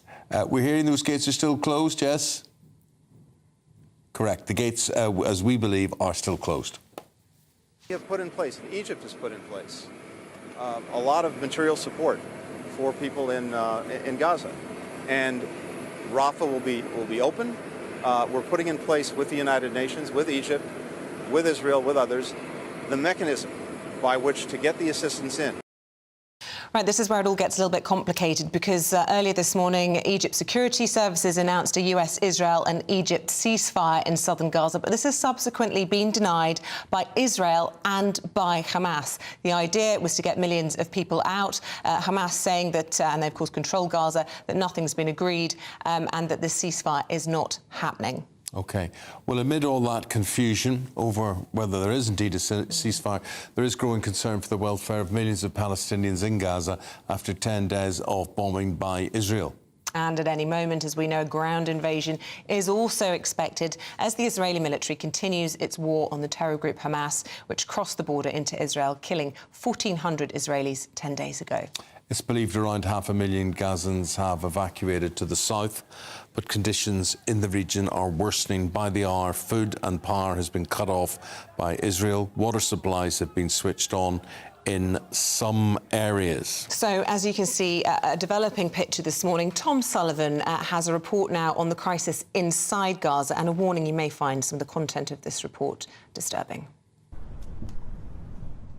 Northern Gaza has fallen eerily silent after another night of deadly bombing. Now the only thing falling from the sky are thousands of pamphlets containing a message from Israel: evacuate to the south immediately. And so they did. For many, the threat of more of Israel's bombs and impending invasion in response to the terror attack which killed more than 1,400 in Israel outweighs orders from Hamas to stay put. Hundreds of thousands fled south on whatever could carry them. Cars if there was fuel, horse and cart if one could be found, but many turned to their own feet. But not everyone is leaving. This doctor and his staff at this children's hospital say they simply can't evacuate. If you want to kill us while we continue working here. We will not leave. We need days and weeks to secure another place. Unfortunately, there are no empty nurseries in these difficult conditions. The situation is really dangerous. I tell you that transferring these children from this place means handing them a death sentence. They will die, and this equipment only operates with electricity and oxygen. Nearby, Al-Shifa Hospital continues to receive a flow of bodies pulled from the rubble of bombed neighbourhoods. Doctors here say the hospital is overwhelmed with civilians, the injured and the orphaned. Where do these children go now? Foreign nationals have been told to head to Gaza's border with Egypt, but as they arrived there was no escape. Here, those with European and American passports can only wait for the gates to be opened. Among them, Mariam and her mother, who travelled from their home in the UK to Gaza to visit family.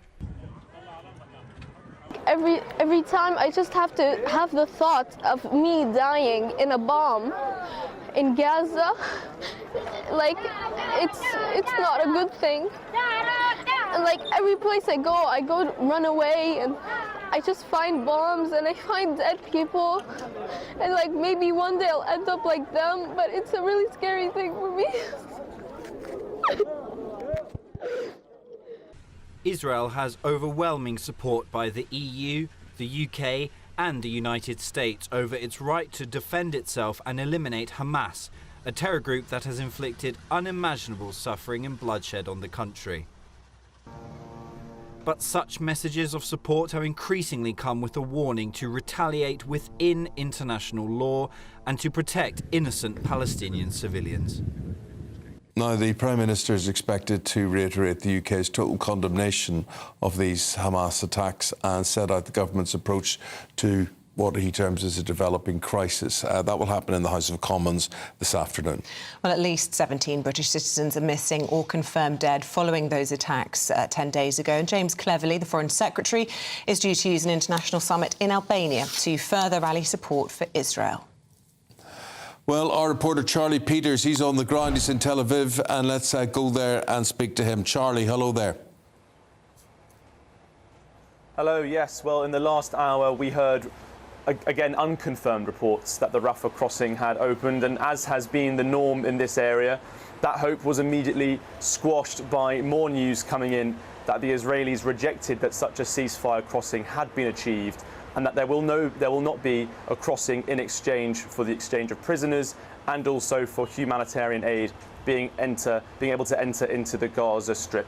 This comes at a particularly precarious time in the situation, because in the Gaza Strip the UN says that the humanitarian situation is untenable, that the spectre of death looms over Gaza.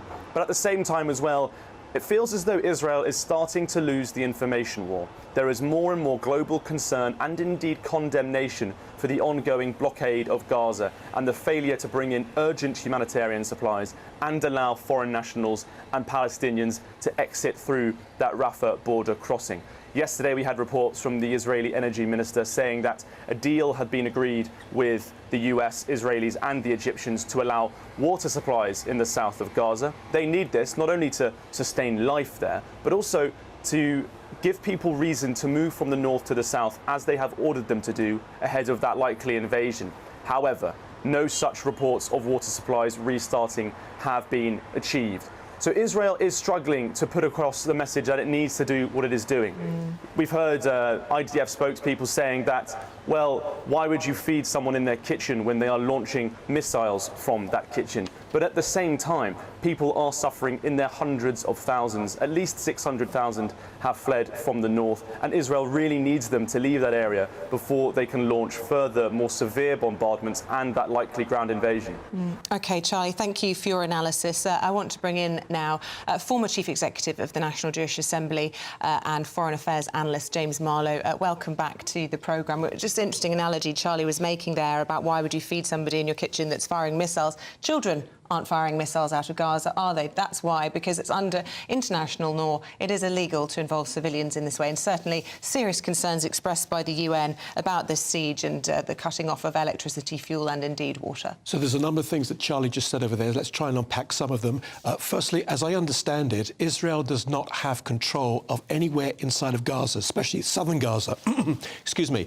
The Egyptians have control of the Rafah border. Now, I was looking over at the Israel main public broadcaster called Khan. They said initially that they would agree to the temporary ceasefire. There seems to be some type of a confusion. Now, you see this all the time in all the sorts of conflicts all over the Middle East and indeed all over the war. One side says one thing, well, the other side doesn't get the message. Then there's confusion with the third party. Then you've got Anthony Blinken coming in, and you've got the leaders of these different Arab... And that's what's happening right now. It will, in the coming hours, sort itself out, because that's exactly what takes place. With regard to the water, the reason why Israel said it was going to turn back the water to southern Gaza, it was to encourage the civilians to get down there. But once again, we're hearing that Hamas are taking off their military uniforms and they're blending in, which is what was expected, with some of the civilians. Now, this is what's concerning the Egyptians on the other side, because they don't want them to come into their area. So there is a huge amount of confusion, but it will unravel within the coming hours and certainly in the coming days. But there is obviously a huge problem with people running to the south. But again, I have to refer back, because Charlie is right that Israel is losing that public opinion. So therefore, I'm just going to say once again, 9-10 days ago, there was a horrendous attack, and we still have, Israel has announced it, they believe it's 126 hostages being held somewhere inside of Israel. These hostages range from 6 months old to Holocaust survivors just over 90 years old. Well, James, have a listen to our next guest and see if you can comment on his story. And I'd like to introduce everyone now to Arad Haggai.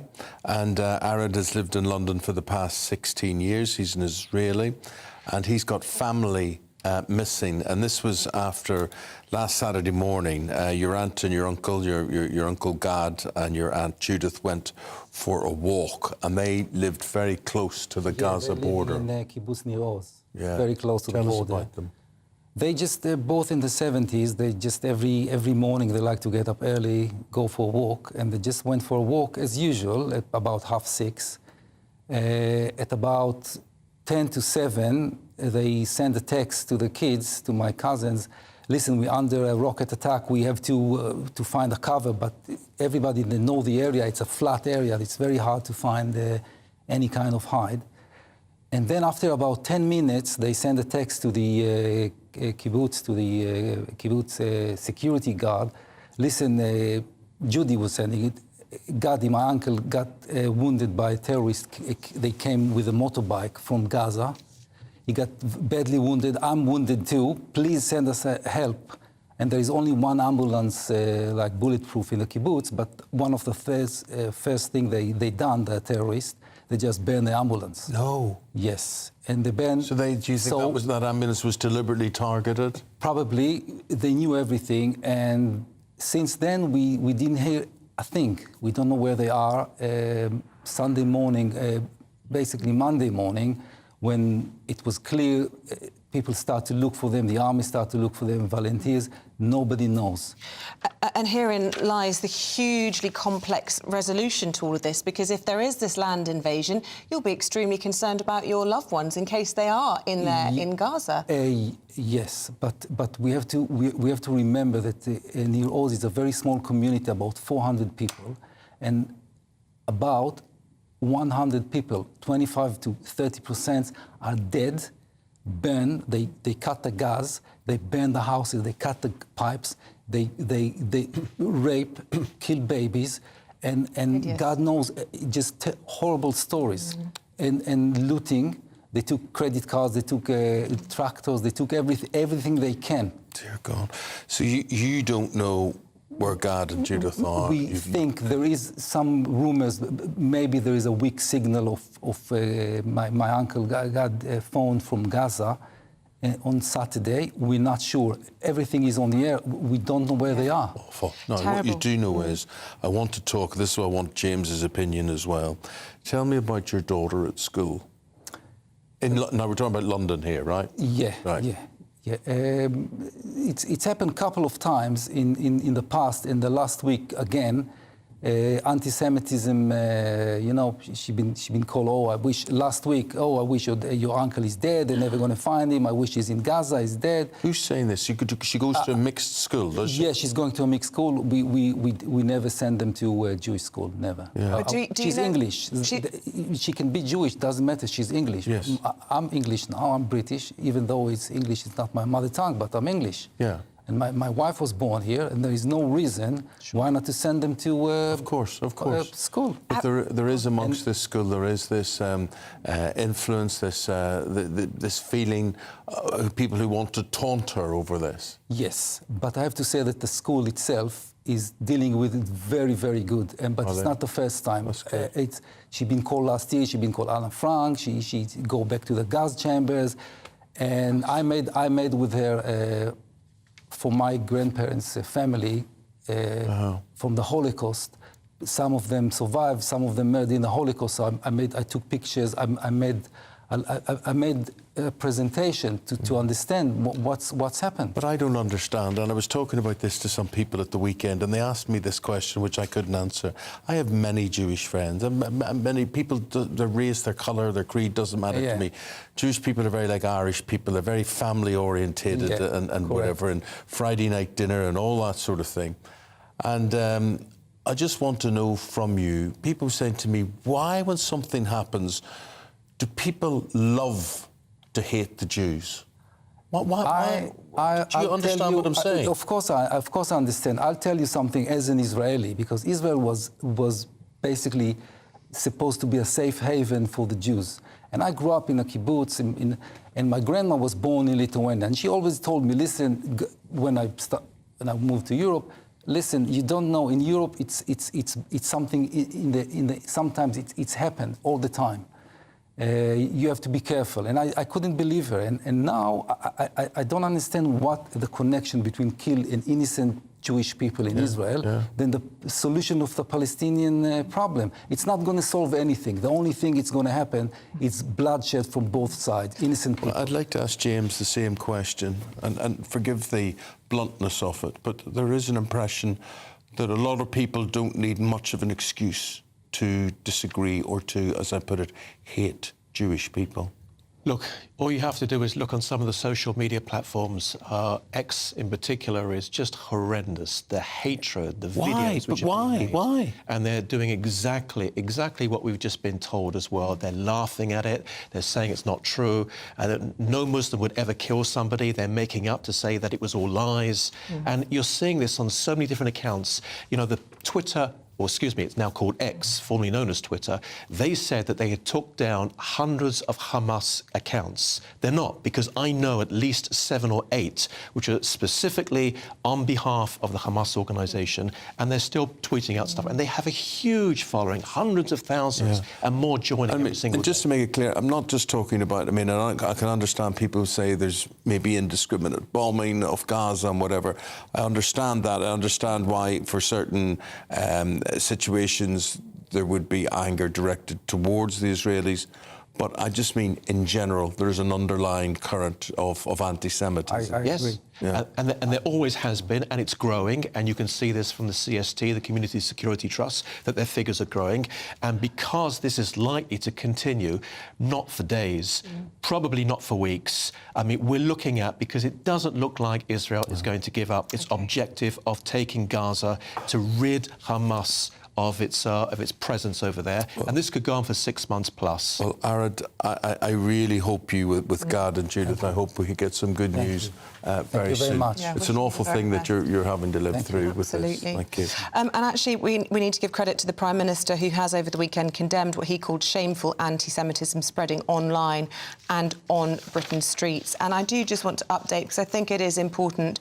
The Gaza Health Ministry this morning outlining the number of deaths of civilians so far in all of this, 2,750, including more than 500 children and 9,700 wounded. It's a terrible picture emerging from the region. Talking about pictures, live pictures coming in now from the border. This is the scene at the Gaza-Egyptian border, the Rafah Strip, where there are hopes that that border will reopen shortly. It hasn't reopened yet.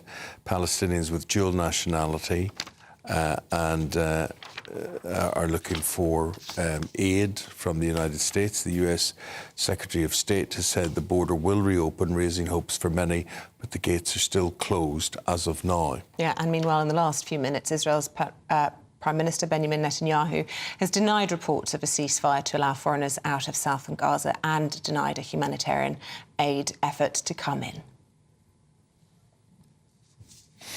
OK, other matters now. Migration here in the UK will not fall below £300,000 a year, 300,000, people a year for the rest of the decade. And this is legitimate migration. This is students and people are coming here for work reasons and whatever.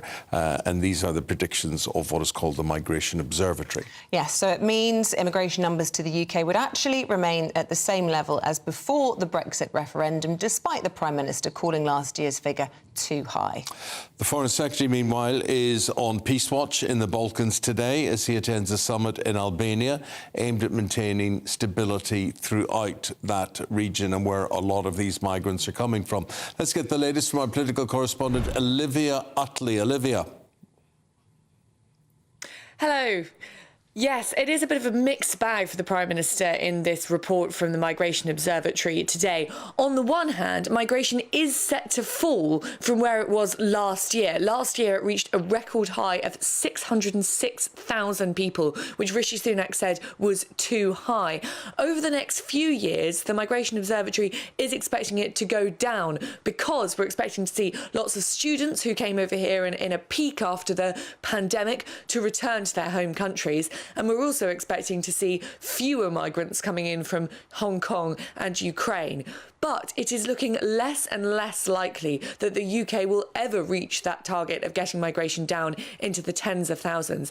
And the reason for that is quite simply because of work visas. People are coming over here to work, and the UK is unable or unwilling, really, to turn them away because there simply aren't enough people in the UK willing to do certain jobs, for example, in the health and social care sector. Last year, there were 12,000 work visas for the health and social care sector sector alone. Suella Braverman has said that she would like to see that figure go down, but until UK residents are trained up to do those jobs, until they show willing to do those jobs, it'll be very, very difficult to get that number of work visas down. And so in the short to medium term, migration is set to stay at about what it was before the Brexit referendum, so around 300,000 people a year. OK, Olivia, thank you very much indeed. And that leads very nicely to the debate we're going to have. Brexit, has it done the opposite of what it promised to do? And has it actually made migration worse? I think the most exciting bit for me is talking to ordinary people. People who I think are ignored often by the major news channels. We're going to give news they want to hear. There's a voice there that needs to be heard. I think there's a chance here for a diversity of opinion to be expressed, which you don't find elsewhere. It's really exciting. We don't hold back. We're free to say how decisions that are taken here affect us all around the country. Only on GB News, the People's Channel, Britain's news channel. The Live Desk with me, Mark Longhurst. And me, Pip Thompson. It's here Monday to Friday on GB News. From midday, we'll bring you the news as it breaks, whenever it's happening and wherever it's happening, from across the UK and around the world. Refreshing, feisty, but with a bit of fun too. If it matters to you, we'll have it covered on TV, radio and online. Join the Live Desk on GB News, the People's Channel, Britain's news channel. So Jubes and Kerr, we tackle the issues of the day with real, robust debate, both sides of the fence, battling it out with me in the middle with my forthright opinions and views. And often really interesting things happen because you start with a position and then by the end of the debate you find actually, well, I might not have thought about that one. What we need in this country is 2 new political parties. You should maybe think about doing a 2024 calendar. I'm Michelle Dewberry and I'm keeping you company right through until 7 o'clock this evening. GB News, the People's Channel, Britain's watching. Join us every night on GB News at 11 p.m. for Headliners, which is 3 top comedians going through the next day's news stories, which is exactly what you need, because when the establishment has gone crazy, you need some craziness to make sense of it. Headliners. You don't have to bother reading the newspaper. We've got it covered for you. Every night at 11 p.m. and repeated every morning at 5 a.m. We won't send you to sleep like some of the other paper review shows out there. So join us 11 p.m. every night on GB News. The People's Channel, Britain's news channel. Join me, Camilla Tominey, on Sunday mornings from 9:30, taking the politicians to task and breaking out of SW1 to see how their decisions are affecting you across the UK. Bursting the Westminster bubble every Sunday morning, only on GB News, the People's Channel. Britain's watching.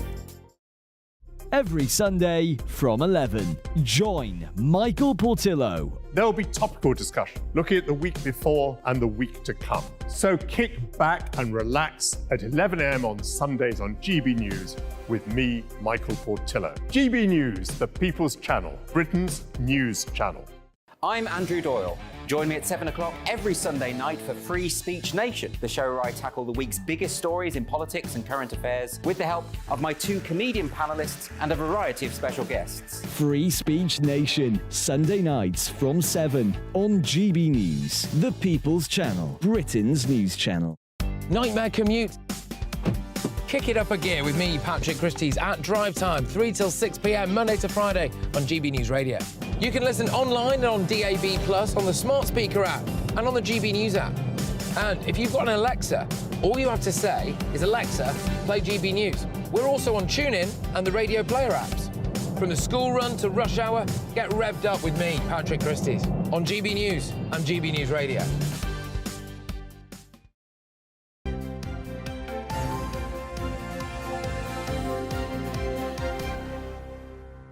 As promised, we are talking about net migration now to the United Kingdom, and it's expected that it won't fall to below 300,000 a year for the rest of the decade. That's according to predictions from the Migration Observatory. OK, 7 years on from... 7 years from the Brexit vote? Yeah, 2016. You're kidding me. I know. Where did that time go? And 3.5 years then from actually leaving the EU.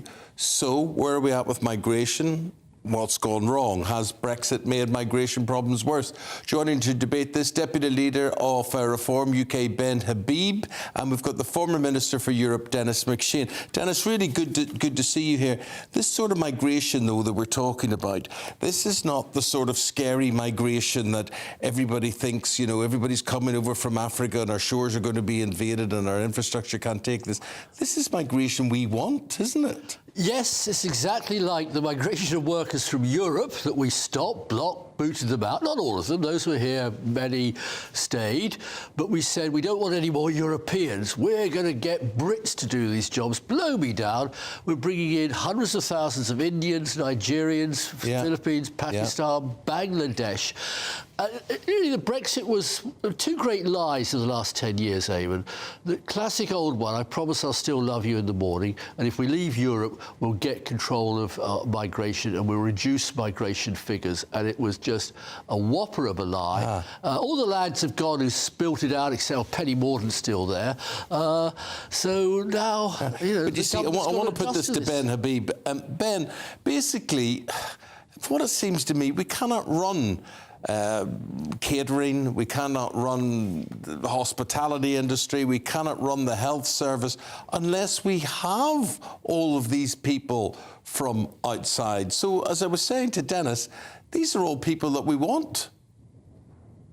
Well, I mean, I think that is an admission of failed governance, if you don't mind me saying so, Eamonn. I mean, I completely agree that we have completely failed our labour force.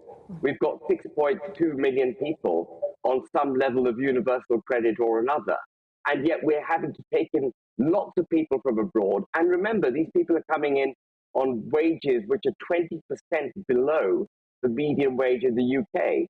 So they're coming in and doing largely unskilled work, as you've identified, putting UK workers onto their back foot. UK workers are already on their back foot because taxes are very high for the working and middle class, and benefits are relatively high by comparison. So you've got a broken UK labour workforce. You've got a preparedness of large companies to employ these cheap, unskilled workers from abroad, and a perpetuation of the problem. So what we've had pre-Brexit and post-Brexit is completely failed governance as far as our labour market is concerned. I mean, I completely agree with Denis. The promise was made that Brexit would allow us the ability to fix this.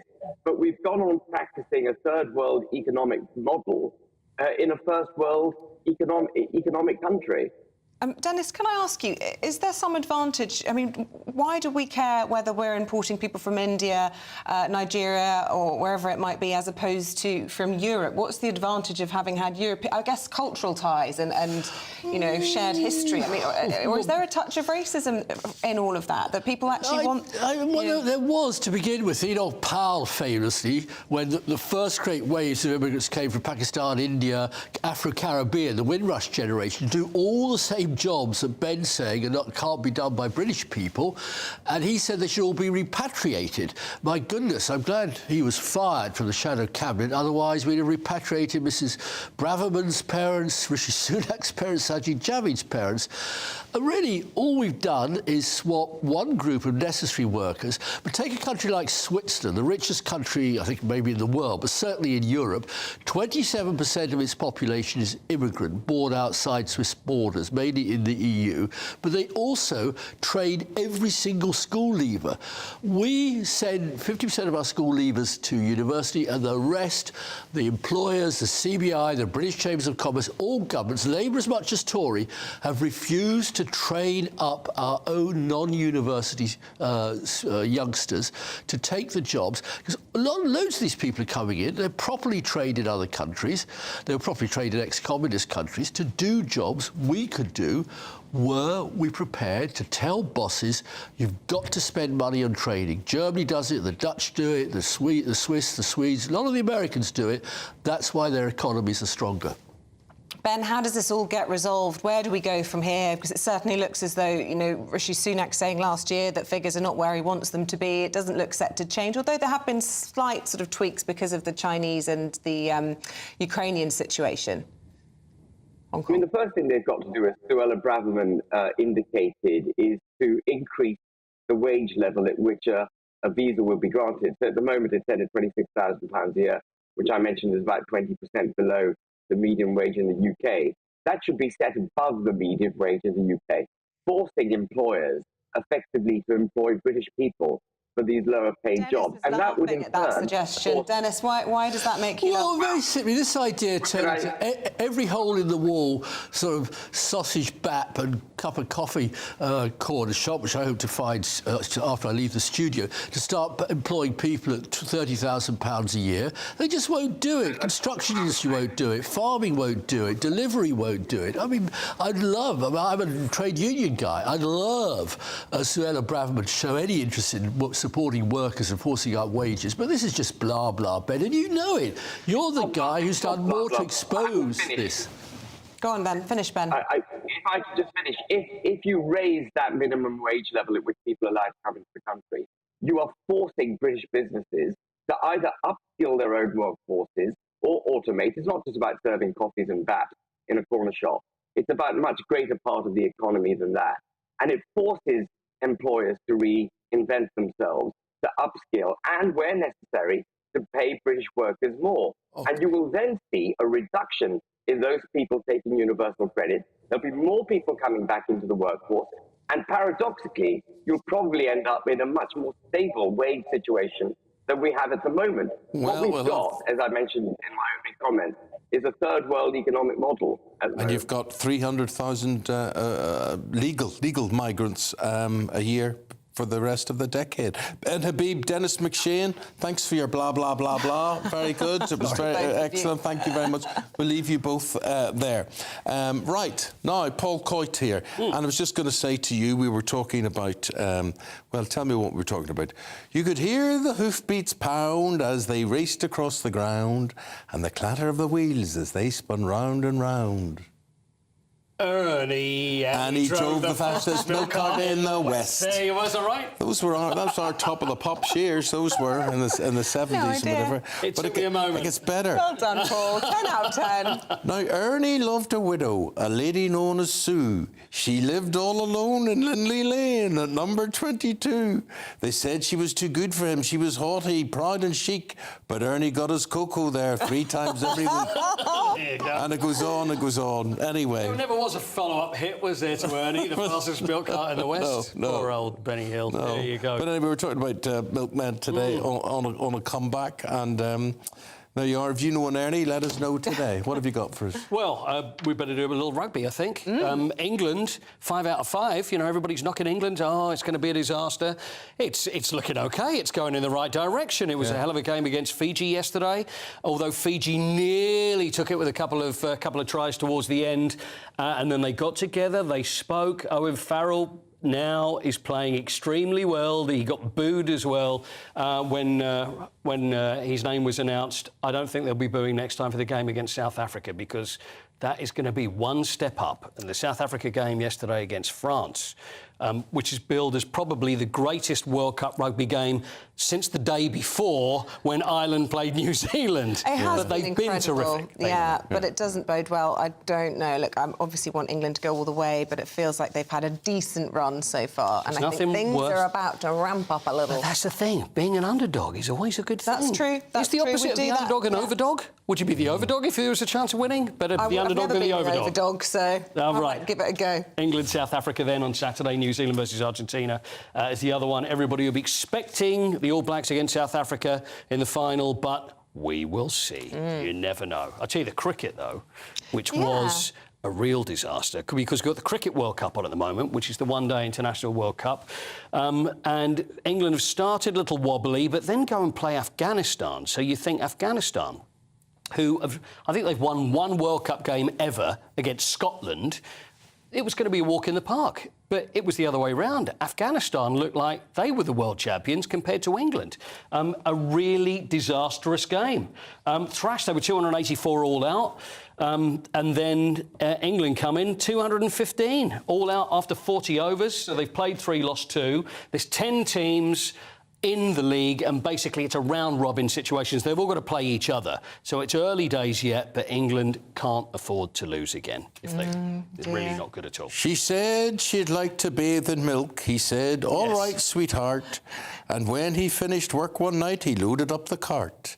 He said you wanted pasteurised, because pasteurised is best. She says, Ernie, I'll be happy if it comes up to me chest. Oh, my crumbs. I thought it was going to be vest, actually, but it was chest.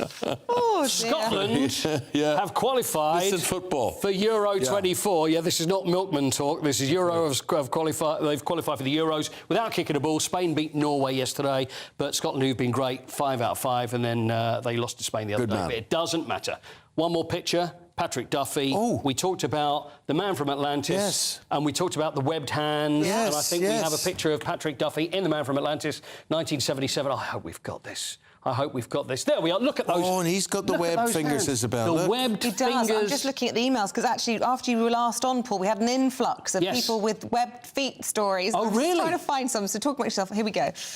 Here we go. My son Sam was born with webbed toes. The author said it would be too complex to operate. As long as he walked and wasn't hampering walk again pain, they were to be left. And there was a character on Harry Lime, Webfoot Bradster, says Richard Blake. I love it when we go off on a tangent. I know, but that's it. I just wonder whether that was the secret about the man from Atlantis, because he could swim so well because of those webbed feet. Well, he's very handsome-looking fellow. He was good in his day. That's why he got. That's why he became Bobby in Dallas. You see, it was the looks that got him there. Yeah. But he swam all the way there. That's right. No. Well, he got caught in the shower, didn't he? Yes, the shower was the whole thing about him. I mean, he came a cropper in the shower. And he died in Dallas. Yes. And then woke up in the shower because he wanted too much money. And then they had a new guy come in. And then the next series, because Patrick Duffy went back, was completely obliterated because the whole thing was a dream. Do you remember when he was in the shower? Remember very well. Crazy there you go. days. Crazy. Crazy days. There we go, you guys. Anyway, Thanks, if Paul. you're in the shower in a hotel, hotels are calling for sniffer dogs to tackle the infestation of bed bugs. Apparently, Isabel was saying that a Cocker Spaniel is very good for these things. We'll find out next.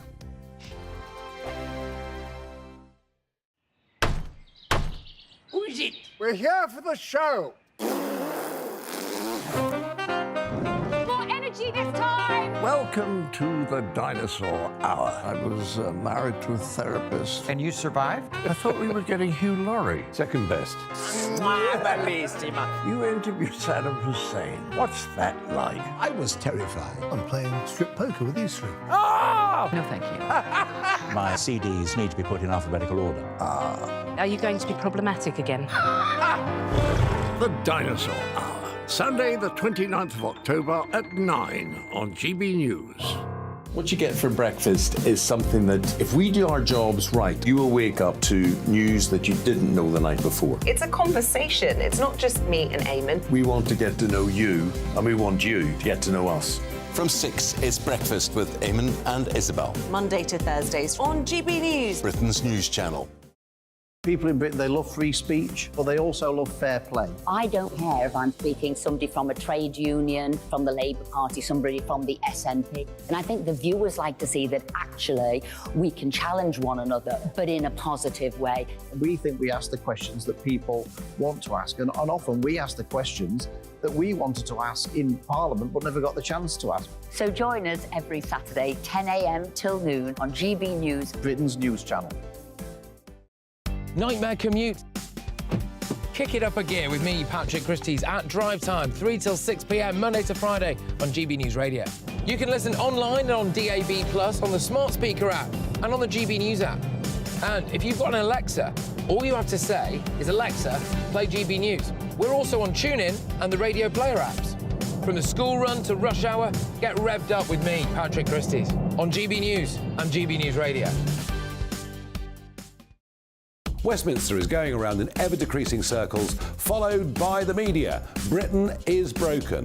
How on earth did we get into this mess? But more importantly, how do we get out of it?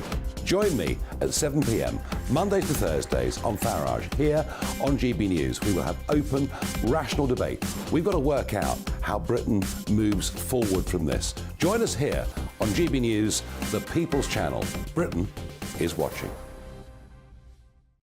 Join me, Andrew Pearce and Bev Turner, Monday to Thursday, 9:30 a.m. Who benefits from that? Not the British public. And on Fridays, join us, Tom Harwood And Ellie Costello from Britain's Newsroom. That's what you get with this show. That's fantastic.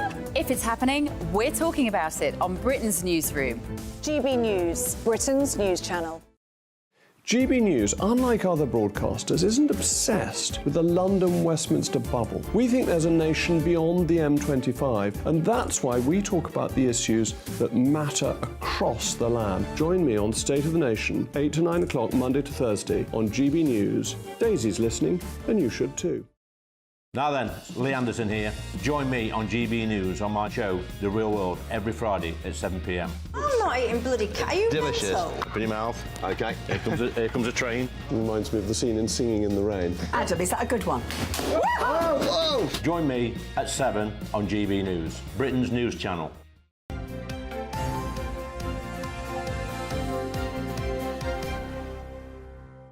Welcome back. It's 8:43. We just want to show you live pictures coming into us here at GB News.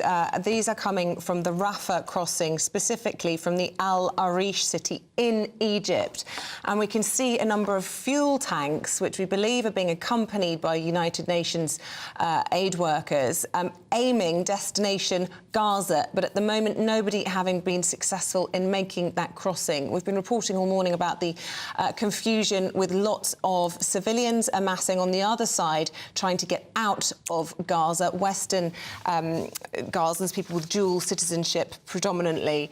And there was very much a diplomatic effort being led by the Americans to try and make this happen overnight. But the rumours of a ceasefire and indeed of the Rafah crossing being reopened have been, well, shot down, frankly, and told by Israel and Hamas that that is not happening this morning. But at the moment, those fuel vehicles trying to make their way into Gaza. Tankers. Tankers. That's What did I call them? A fuel vehicle. Fuel vehicle, fuel tankers. Right, we'll get away from events in the Middle East now and we'll look at the lighter side of the news in the company of Dawn Neeson and Benedict Spence. Very nice to see both of you here. And Dawn, the big thing, pop royalty, Madonna is in London. I have to admit, this is not my speciality subject, but it's a huge story. This is on pretty much most of the page one's mention of it, and this is a big spread in pages 2 and 3 of the Daily Mail with a pretty amazing picture of Madonna, who is playing 3 nights at London's O2 this week and then 2 coming up in December. And it was a tour she had to cancel because she had her knee put out. She's 65. I mean, she looks amazing. So, yeah, basically, they sell out concerts, but the audience, the mixed reviews from last night, a few technical glitches, but she pays most of her back catalogue. But the thing is that the ticket prices are astronomical. I mean, her demographic of fans are going to be of a certain age, so they are going to have the money probably to afford it. But an ordinary ticket, not on one of the resale sites, was like £400. A resale will cost you at least $750. Exactly. And the thing is, it's like every gay man I know literally went to see Madonna this weekend. And because I live quite near the venue, I was walking through Canary Wharf, it was actually, and there was someone, you know, with the iconic pointy bra thing that John one she wore. There was a man coming towards me wearing one of those. Of course. And dangerous. It was certainly eye-catching in every sense of the word. So people seem to go and have a good time. But it was a mixed review, and she got her 2 daughters on stage as well, which is quite nice, or 2 of her daughters on stage as well to join in with her. But very saucy, and the fact that she's still doing it in her fishnets. 65, older than you, Eamonn. Definitely. I'm still I wish I was in her condition. And she floats about the stage, and there's a lot of special effects. Yes, there's lots of special effects, and she also, I mean, because there were security issues as well, because unfortunately every story does come back to what's going on in Gaza and Israel at the moment. She used to be a big supporter of Israel. She actually is a member of one of the branches of the Jewish faith.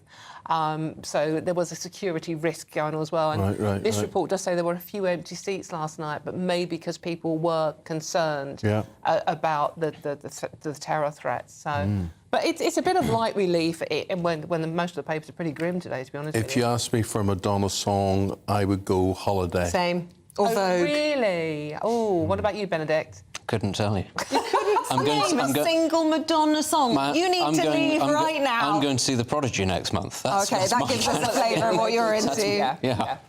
Okay. Well, let's stay with the theme of hotels, because I'm sure Madonna, it's not really a theme, but I'm sure she was staying in a hotel. And lots of people were indeed. And apparently these specially trained sniffer dogs are the solution to this bedbug crisis. Yes, it's a great time if you invested in bedbug sniffer dogs at some point in the recent past. This is your moment to shine. What would you, Benedict? Right, I need a sniffer dog for bedbugs. I don't know, somebody who's very sort of far-sighted, that sort of... But there's been a 25% increase in bedbug-related call-outs, according to one canine company. And this is, as you said, this is hotels reacting to the phenomenon that we're currently undergoing, which is these bedbugs coming from the continent. I mean, it does sound like a very odd thing to have to be saying, is that we've got an infestation of bedbugs, but they say that they don't expect it to last. This isn't going to be a permanent thing. I think maybe it'll be one of those things a bit like how in the wintertime, before winter comes, the flea numbers go up and then they all sort of crash because it gets too cold for them to reproduce. So maybe that'll happen, but isn't that exciting? Look at that. That's a good awful. old-fashioned... Yeah, it's on someone's leg. It's a good old-fashioned reminder that the world is not left behind. That's on the tube, They've infested the London Underground network, and they are also now, according to The Sun today, reached as far as Swindon. Yeah. Really? Well, we should point out they were already here before all of this going on in France. They're just bigger and they're French, so it just makes it more funnier. Let the details get in the way of a good story. Now, talking about funny, and the Telegraph Dawn on the front page, they have got the, what would you call Richard Curtis, playwright or... Yeah, I mean... Rom-com king. No? Blimey. Is that on his Very LinkedIn, tabloid. maybe? Yes. Don't you think Richard Curtis, he wrote Four Weddings and a Funeral, Notting Hill, Love Actually and things like that, and he is being interviewed by his daughter, lovely Scarlett, who is 28 years old, at the Cheltenham Literary Festival. And his daughter has pulled him up about the fat jokes he made in many, many of his films, which, as you know, 20, 30 years ago, I had some of them. And she is saying, you can't use the word fat anymore, Dad. So he is now saying, right, OK, I have told my daughter I will stop telling fat jokes in films. Now, this comes back to the age-old debate at the moment, is like, can you joke about anything, or are there some subjects that are off limits? And, you know, he goes, well, fat isn't funny anymore. And I'd sort of like just reading some of the stuff from Four Weddings and a Funeral here, with the very emotional funeral scene, where Matthew, played by John Hannah, says at the funeral of his partner, I rang a few people to get a general picture of how Gareth was regarded. Fat seems to be a word most people connected with him, which I find quite funny. Yeah, but you're not fat. But I mean, I would probably... My husband's sort of like on the curvy side, I think I'm allowed to say that. So I would, if someone said that about the other half, I'd think that was quite funny. What I find is there's so many things you can't joke about, but fat is definitely there. Fat and probably bald. Right, You're like, yes. and if you are fat and bald... Ginger. Actually, you've just described my husband perfectly. Fat, bald, and was ginger. So, yeah, but, I mean... The thing is, the word fat, is that now so offensive we can't even use the word fat? I don't think we should be erasing the word fat out of comedies and things from the past. I think particularly of one of the characters in Four Weddings and a Funeral who was called Miss Piggy or something, who he used to date. She said, I've lost 3 stone since I went out. Do you remember her? Yes. I always felt a bit sorry for her. But you know, when my kids read Roald Dahl and, you know, shoot me down when I see it, when my kids read out the words, fat old little, I don't like them saying it because I think it's impolite to refer to someone like that. So personally, I think the word fat isn't really Is that polite. because the joke itself hasn't landed, or because the subject isn't? I just wouldn't want them to repeat that word in the playground directed at another child. I mean, so I saw Bridget Jones' Diary for the first time a couple of months ago. It was one of those things that sort of passed me by, and I do remember thinking, actually, it's a funny film, but I also remember thinking this wouldn't get made today. There are lots of things that would be, but that's the key her thing. in her It was big still pants funny. and whatever wouldn't be... I don't think that you'd get that through. I don't think anybody would, but I still thought, actually, I can see why this is amusing, it's entertaining, and I do think also these things come in cycles. I do think that these things that we currently consider, you know, slightly off limits, they'll come back round again, because at some point people will want to push back against what is considered the consensus, and that tends to be how comedy works. I mean, in that film, Bridget Jones, played by Renée Zellweger, does say she complains herself, I've got a bottom the size of Brazil, which, sorry, it made you laugh. Women can relate to that. Yeah, we all, absolutely. you know, struggle, she says. Right, Dawn, let's talk about the Princess of Wales, who certainly doesn't have that problem. Blink and you'll miss her. Goodness me, there she was, flying the flag, but wearing white. She was, obviously. This is our World Cup. She's the lucky mascot. Kate helps rugby heroes over the line. This is it's in all the papers, and she does look rather gorgeous. Although going the opposite to the fat word, I think she does sometimes look rather slim. But I mean, obviously, she leads a very busy life. So she's in the dressing room with all the England rugby players who have just defeated our Fiji 30-24. Forgive me, I really don't do rugby. I'm a football girl. But she's in there with all these very, very, very fit young men, looking very, very... Steady on. But can I not do that either now? No, you can't. I just find it funny. No, I just find it funny. Men now either? I'm sure she didn't notice that they were really fit. I've squared it with the male community. It's right, okay. You can do it. I speak on their behalf. Yeah, the very handsome, attractive Benedict Spence at the end of the table there. And the very attractive, handsome Eamonn sitting between us. But we can say nice things about the opposite No, I was sex. just laughing about whether or not she noticed. Don't you think? You know, of course she didn't. What do you happily reckon? She's not allowed to. She's not allowed to notice. She's married to the future king. She's off with her head. She's keeping her eyes very front and centre. It has to be said. No, it's always great to see that. I find it funny, the rivalry whenever it's England-Wales, obviously with her hubby being the patron for Welsh rugby. Yeah.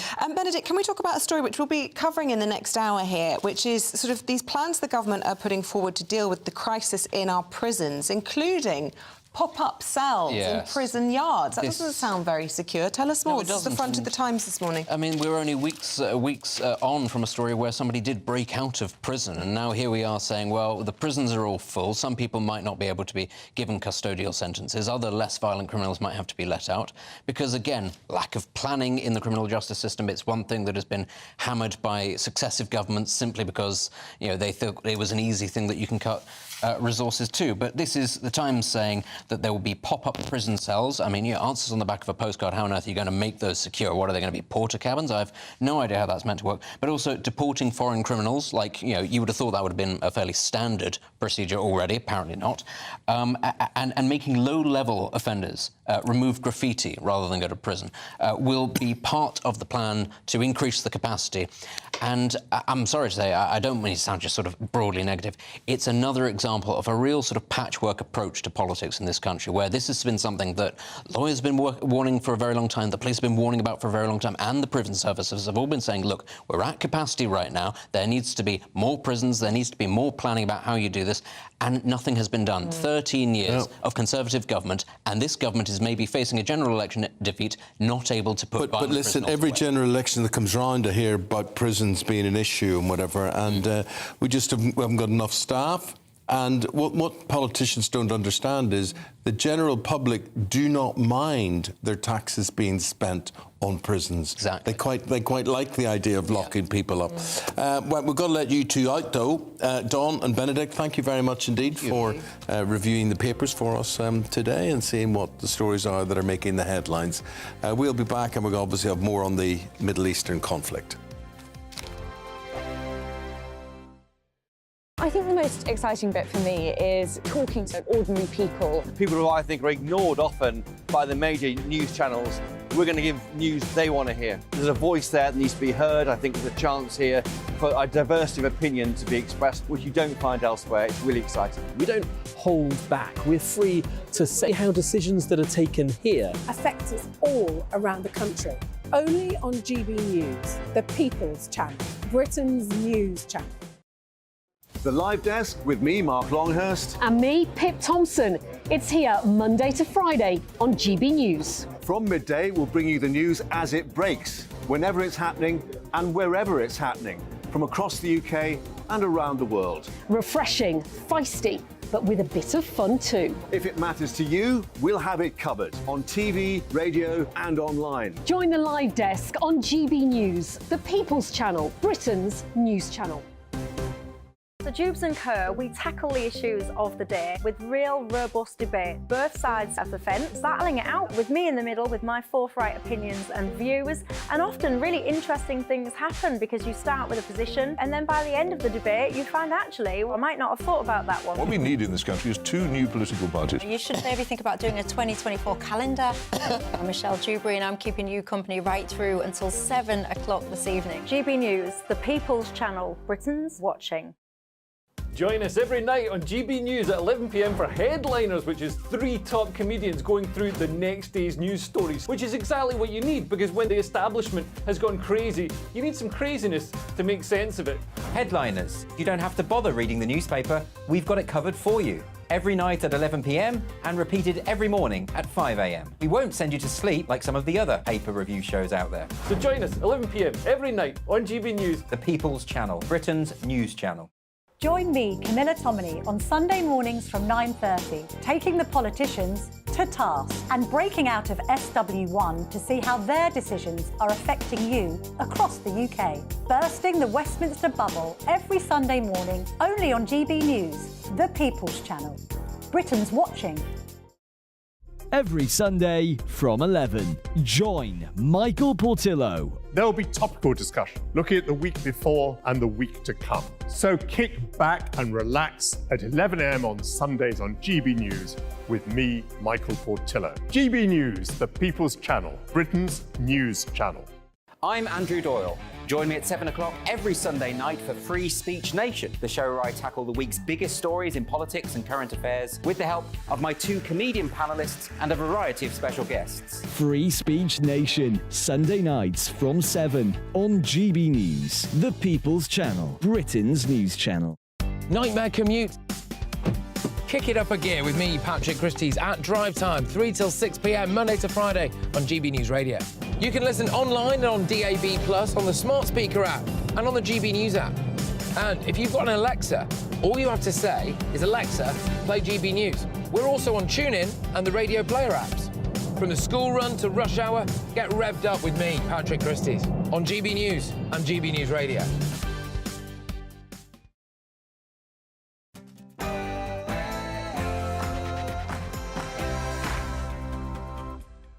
These are the latest pictures coming in from Gaza of the UN-escorted fuel trucks. This is the Gaza-Egypt border, bringing more hope that aid and supplies could reach those desperate civilians inside Gaza very, very soon. A very good morning to you. Welcome to the programme. It's coming up to 9 o'clock. It's just gone 9 o'clock on Monday, the 16th of October. You're tuned in to Breakfast on GB News with Eamonn and Isabel. The stories we've been covering on Breakfast this morning. The US has said that the Egypt-Gaza border crossing is to reopen to allow aid into Gaza and let foreign nationals trapped there to get to safety. Our reporter Charlie Peters live in Tel Aviv throughout the day. Movement on the Rafah crossing into Gaza as the humanitarian situation remains untenable. But fighting continues across Israel, particularly in the north. Israel, meanwhile, says 500,000 people have left northern Gaza for the south ahead of its imminent land, sea and air attack on Hamas targets. But it denies any reports of a ceasefire this morning. Net migration is unlikely to fall to pre-Brexit levels even by the end of this decade. Will this be another Conservative promise broken? We'll have the latest on that. And also this morning, we've had a special report on drinks being spiked. You can catch that exclusive at gbnews.com or on our social media accounts this morning. And Jonathan Vaughtry will be telling you where the cold spell's coming from. Good morning. It's a week of 2 halves, starting off relatively fine and settled, but wetter and windier conditions arriving later. Join me later for all the details. And as always, you can join in any of our discussions by emailing us gbviews@gbnews.com, or you can tweet us at gbnews.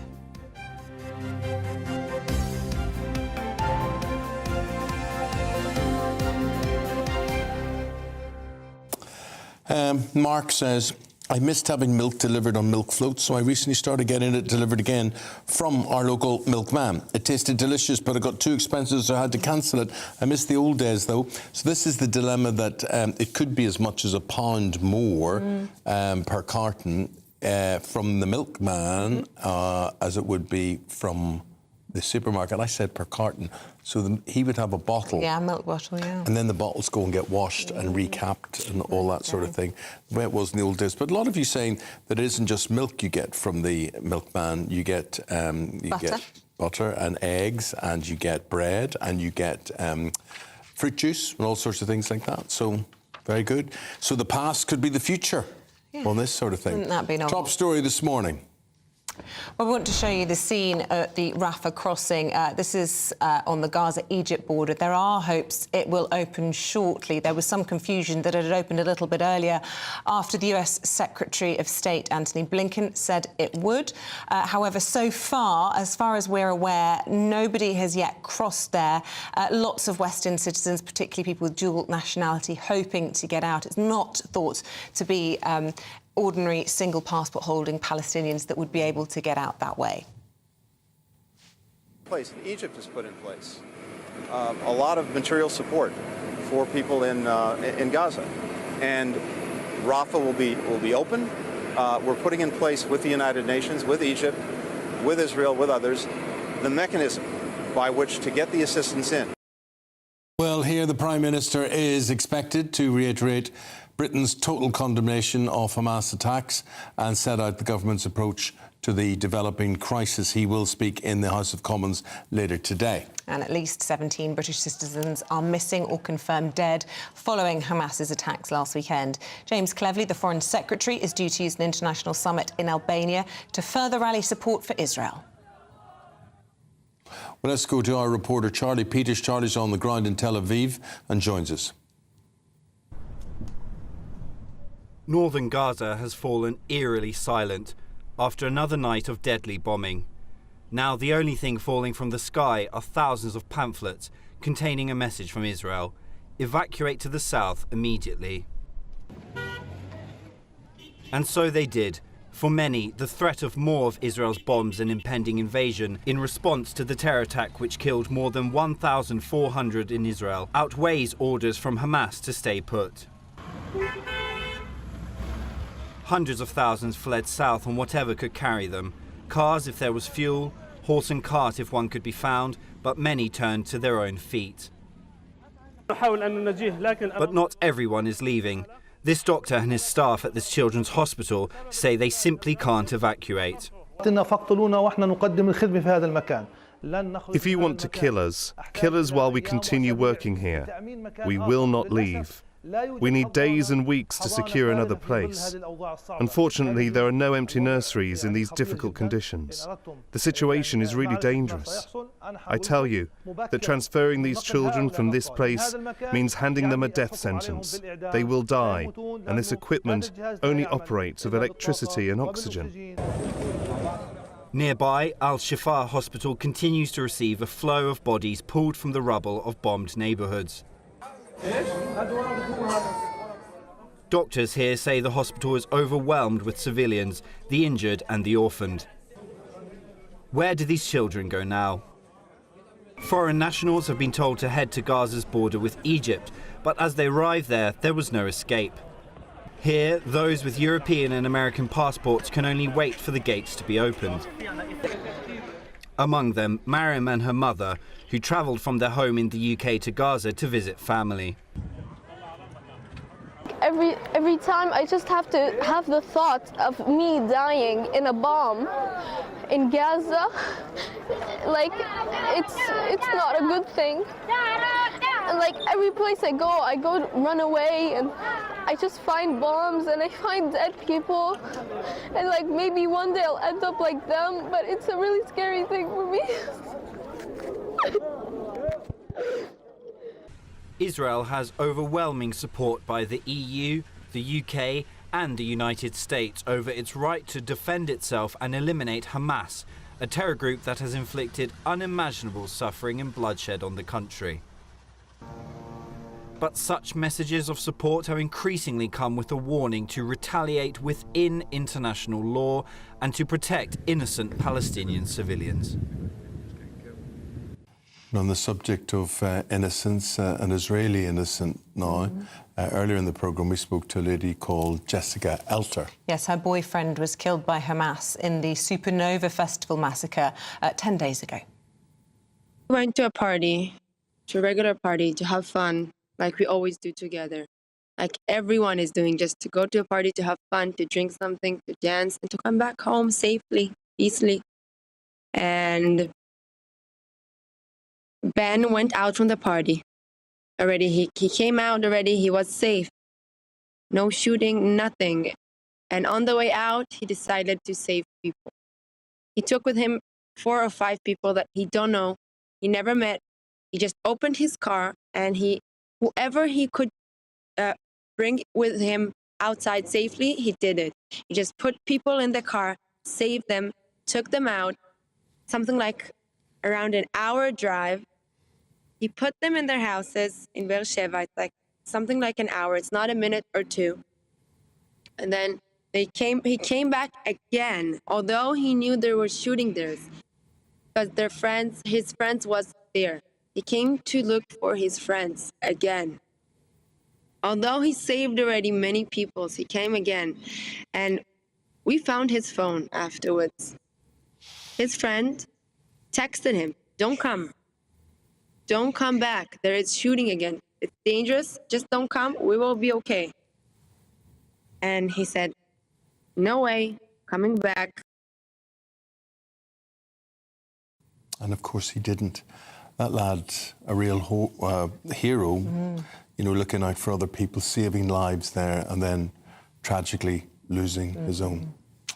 Let's cross live now to Charlie Peters, who joins us from Tel Aviv. Good morning again to you, Charlie. Really confusing stories coming out of Gaza this morning, with reports that the ceasefire was in operation, then that the crossing was open, and about fuel tankers going one way and then finding out they were going the other. So bring us up to date on exactly what we know, because this is always the first casualty of war, isn't it? The truth.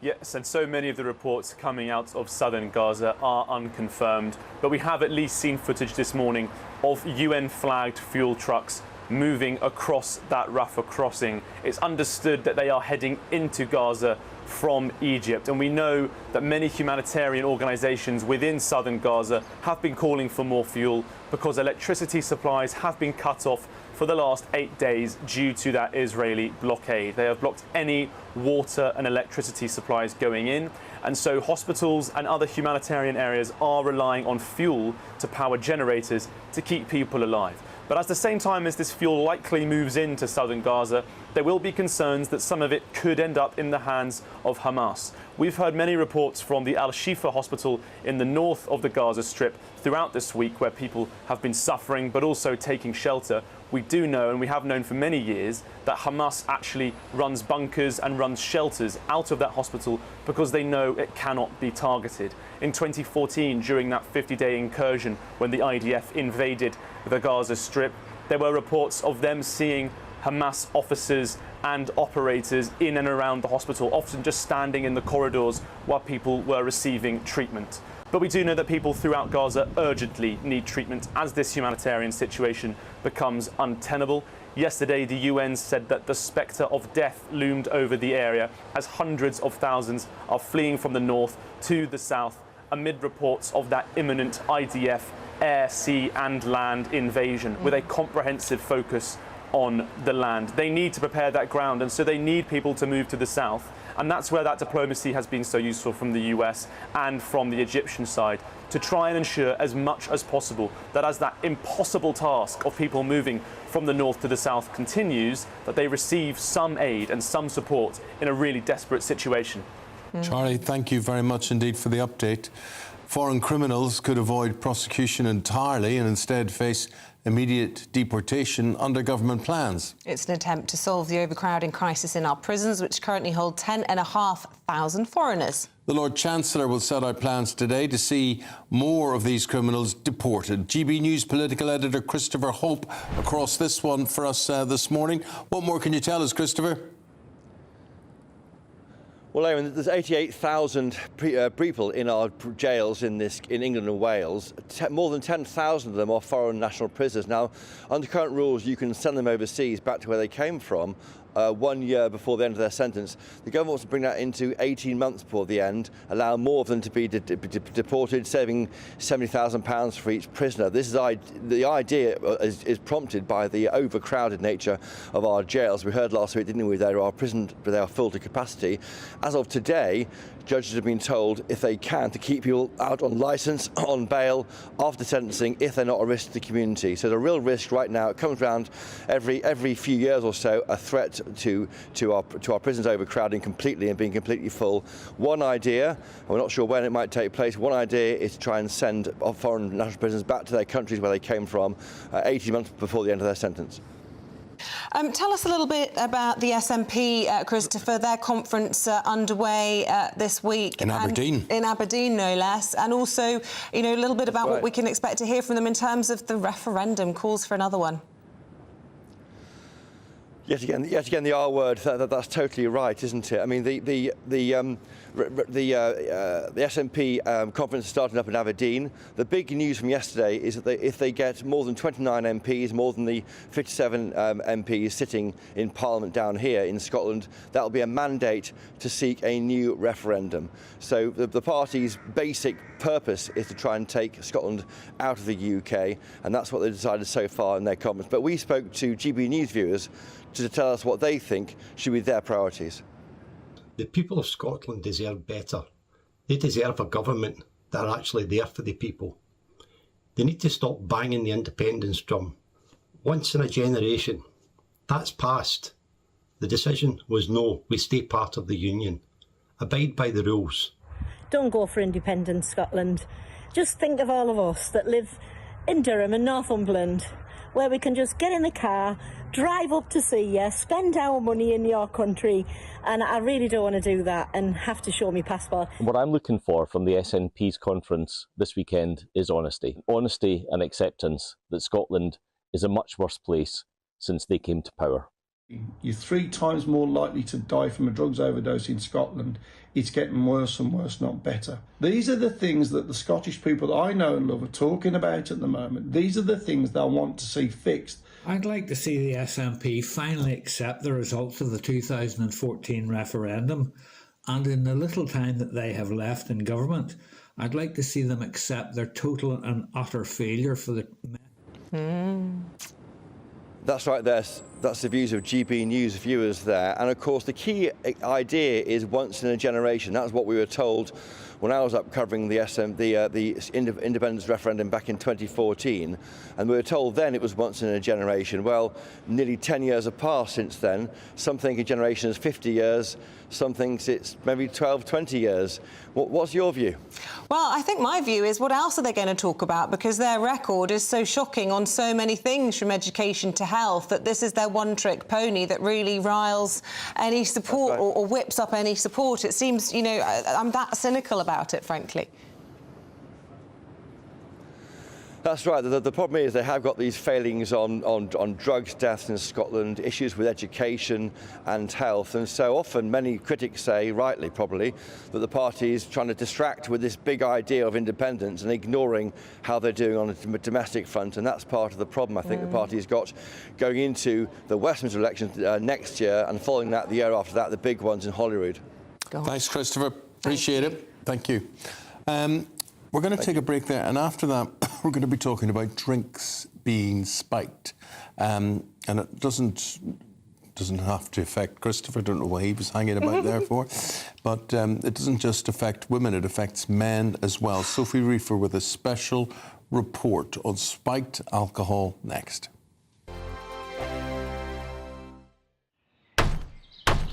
Who is it? We're here for the show. This time! Welcome to the Dinosaur Hour. I was married to a therapist. And you survived? I thought we were getting Hugh Laurie. Second best.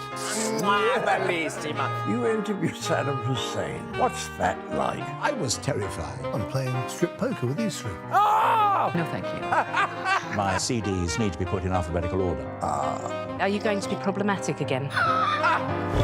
The Dinosaur Hour. Sunday, the 29th of October at 9 on GB News. What you get for breakfast is something that, if we do our jobs right, you will wake up to news that you didn't know the night before. It's a conversation. It's not just me and Eamonn. We want to get to know you, and we want you to get to know us. From 6, it's Breakfast with Eamonn and Isabel. Monday to Thursdays on GB News, Britain's news channel.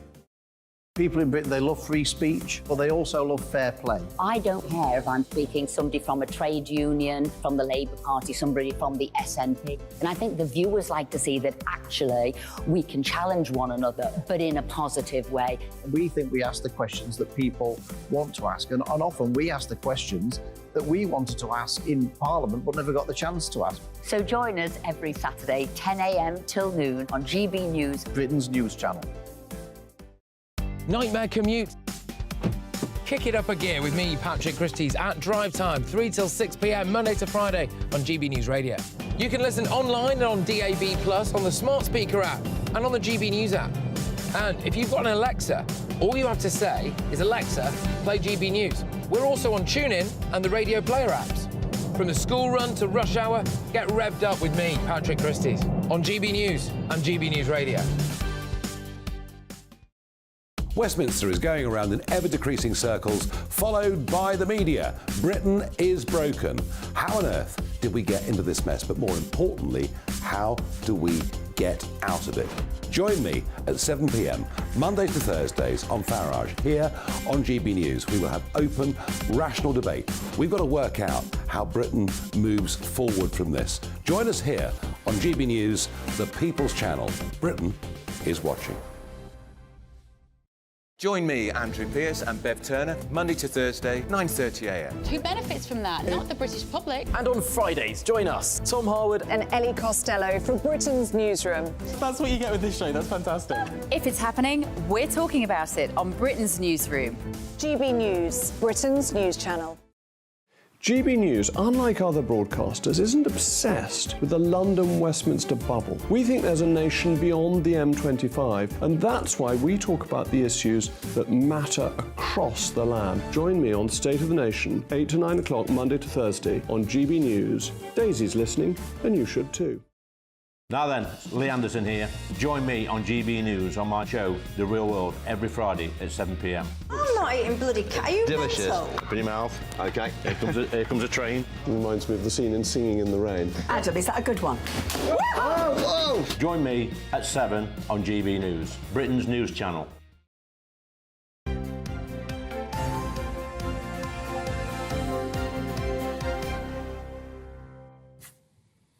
Now, everyone should be able to feel safe on a night out, but sadly, that isn't always the case. Up and down the UK, violent and sexual offences, often against women, have become an increasing problem. So this is, people go out for a night's entertainment, they go to the pub, the bar, a club, and it becomes just extraordinary what happens. For example, in Lancashire, data obtained by GB News shows that since 2012, the number of spiking incidents has increased by almost 200%. Our North West of England reporter Sophie Reaper went out with Lancashire Police on one of their new nighttime operations to see the prevention work that they're doing for herself, and she sent us this exclusive report. A wet and windy night out in Lancaster. The freshers have returned to university and all seems well. But under the surface, trouble is brewing.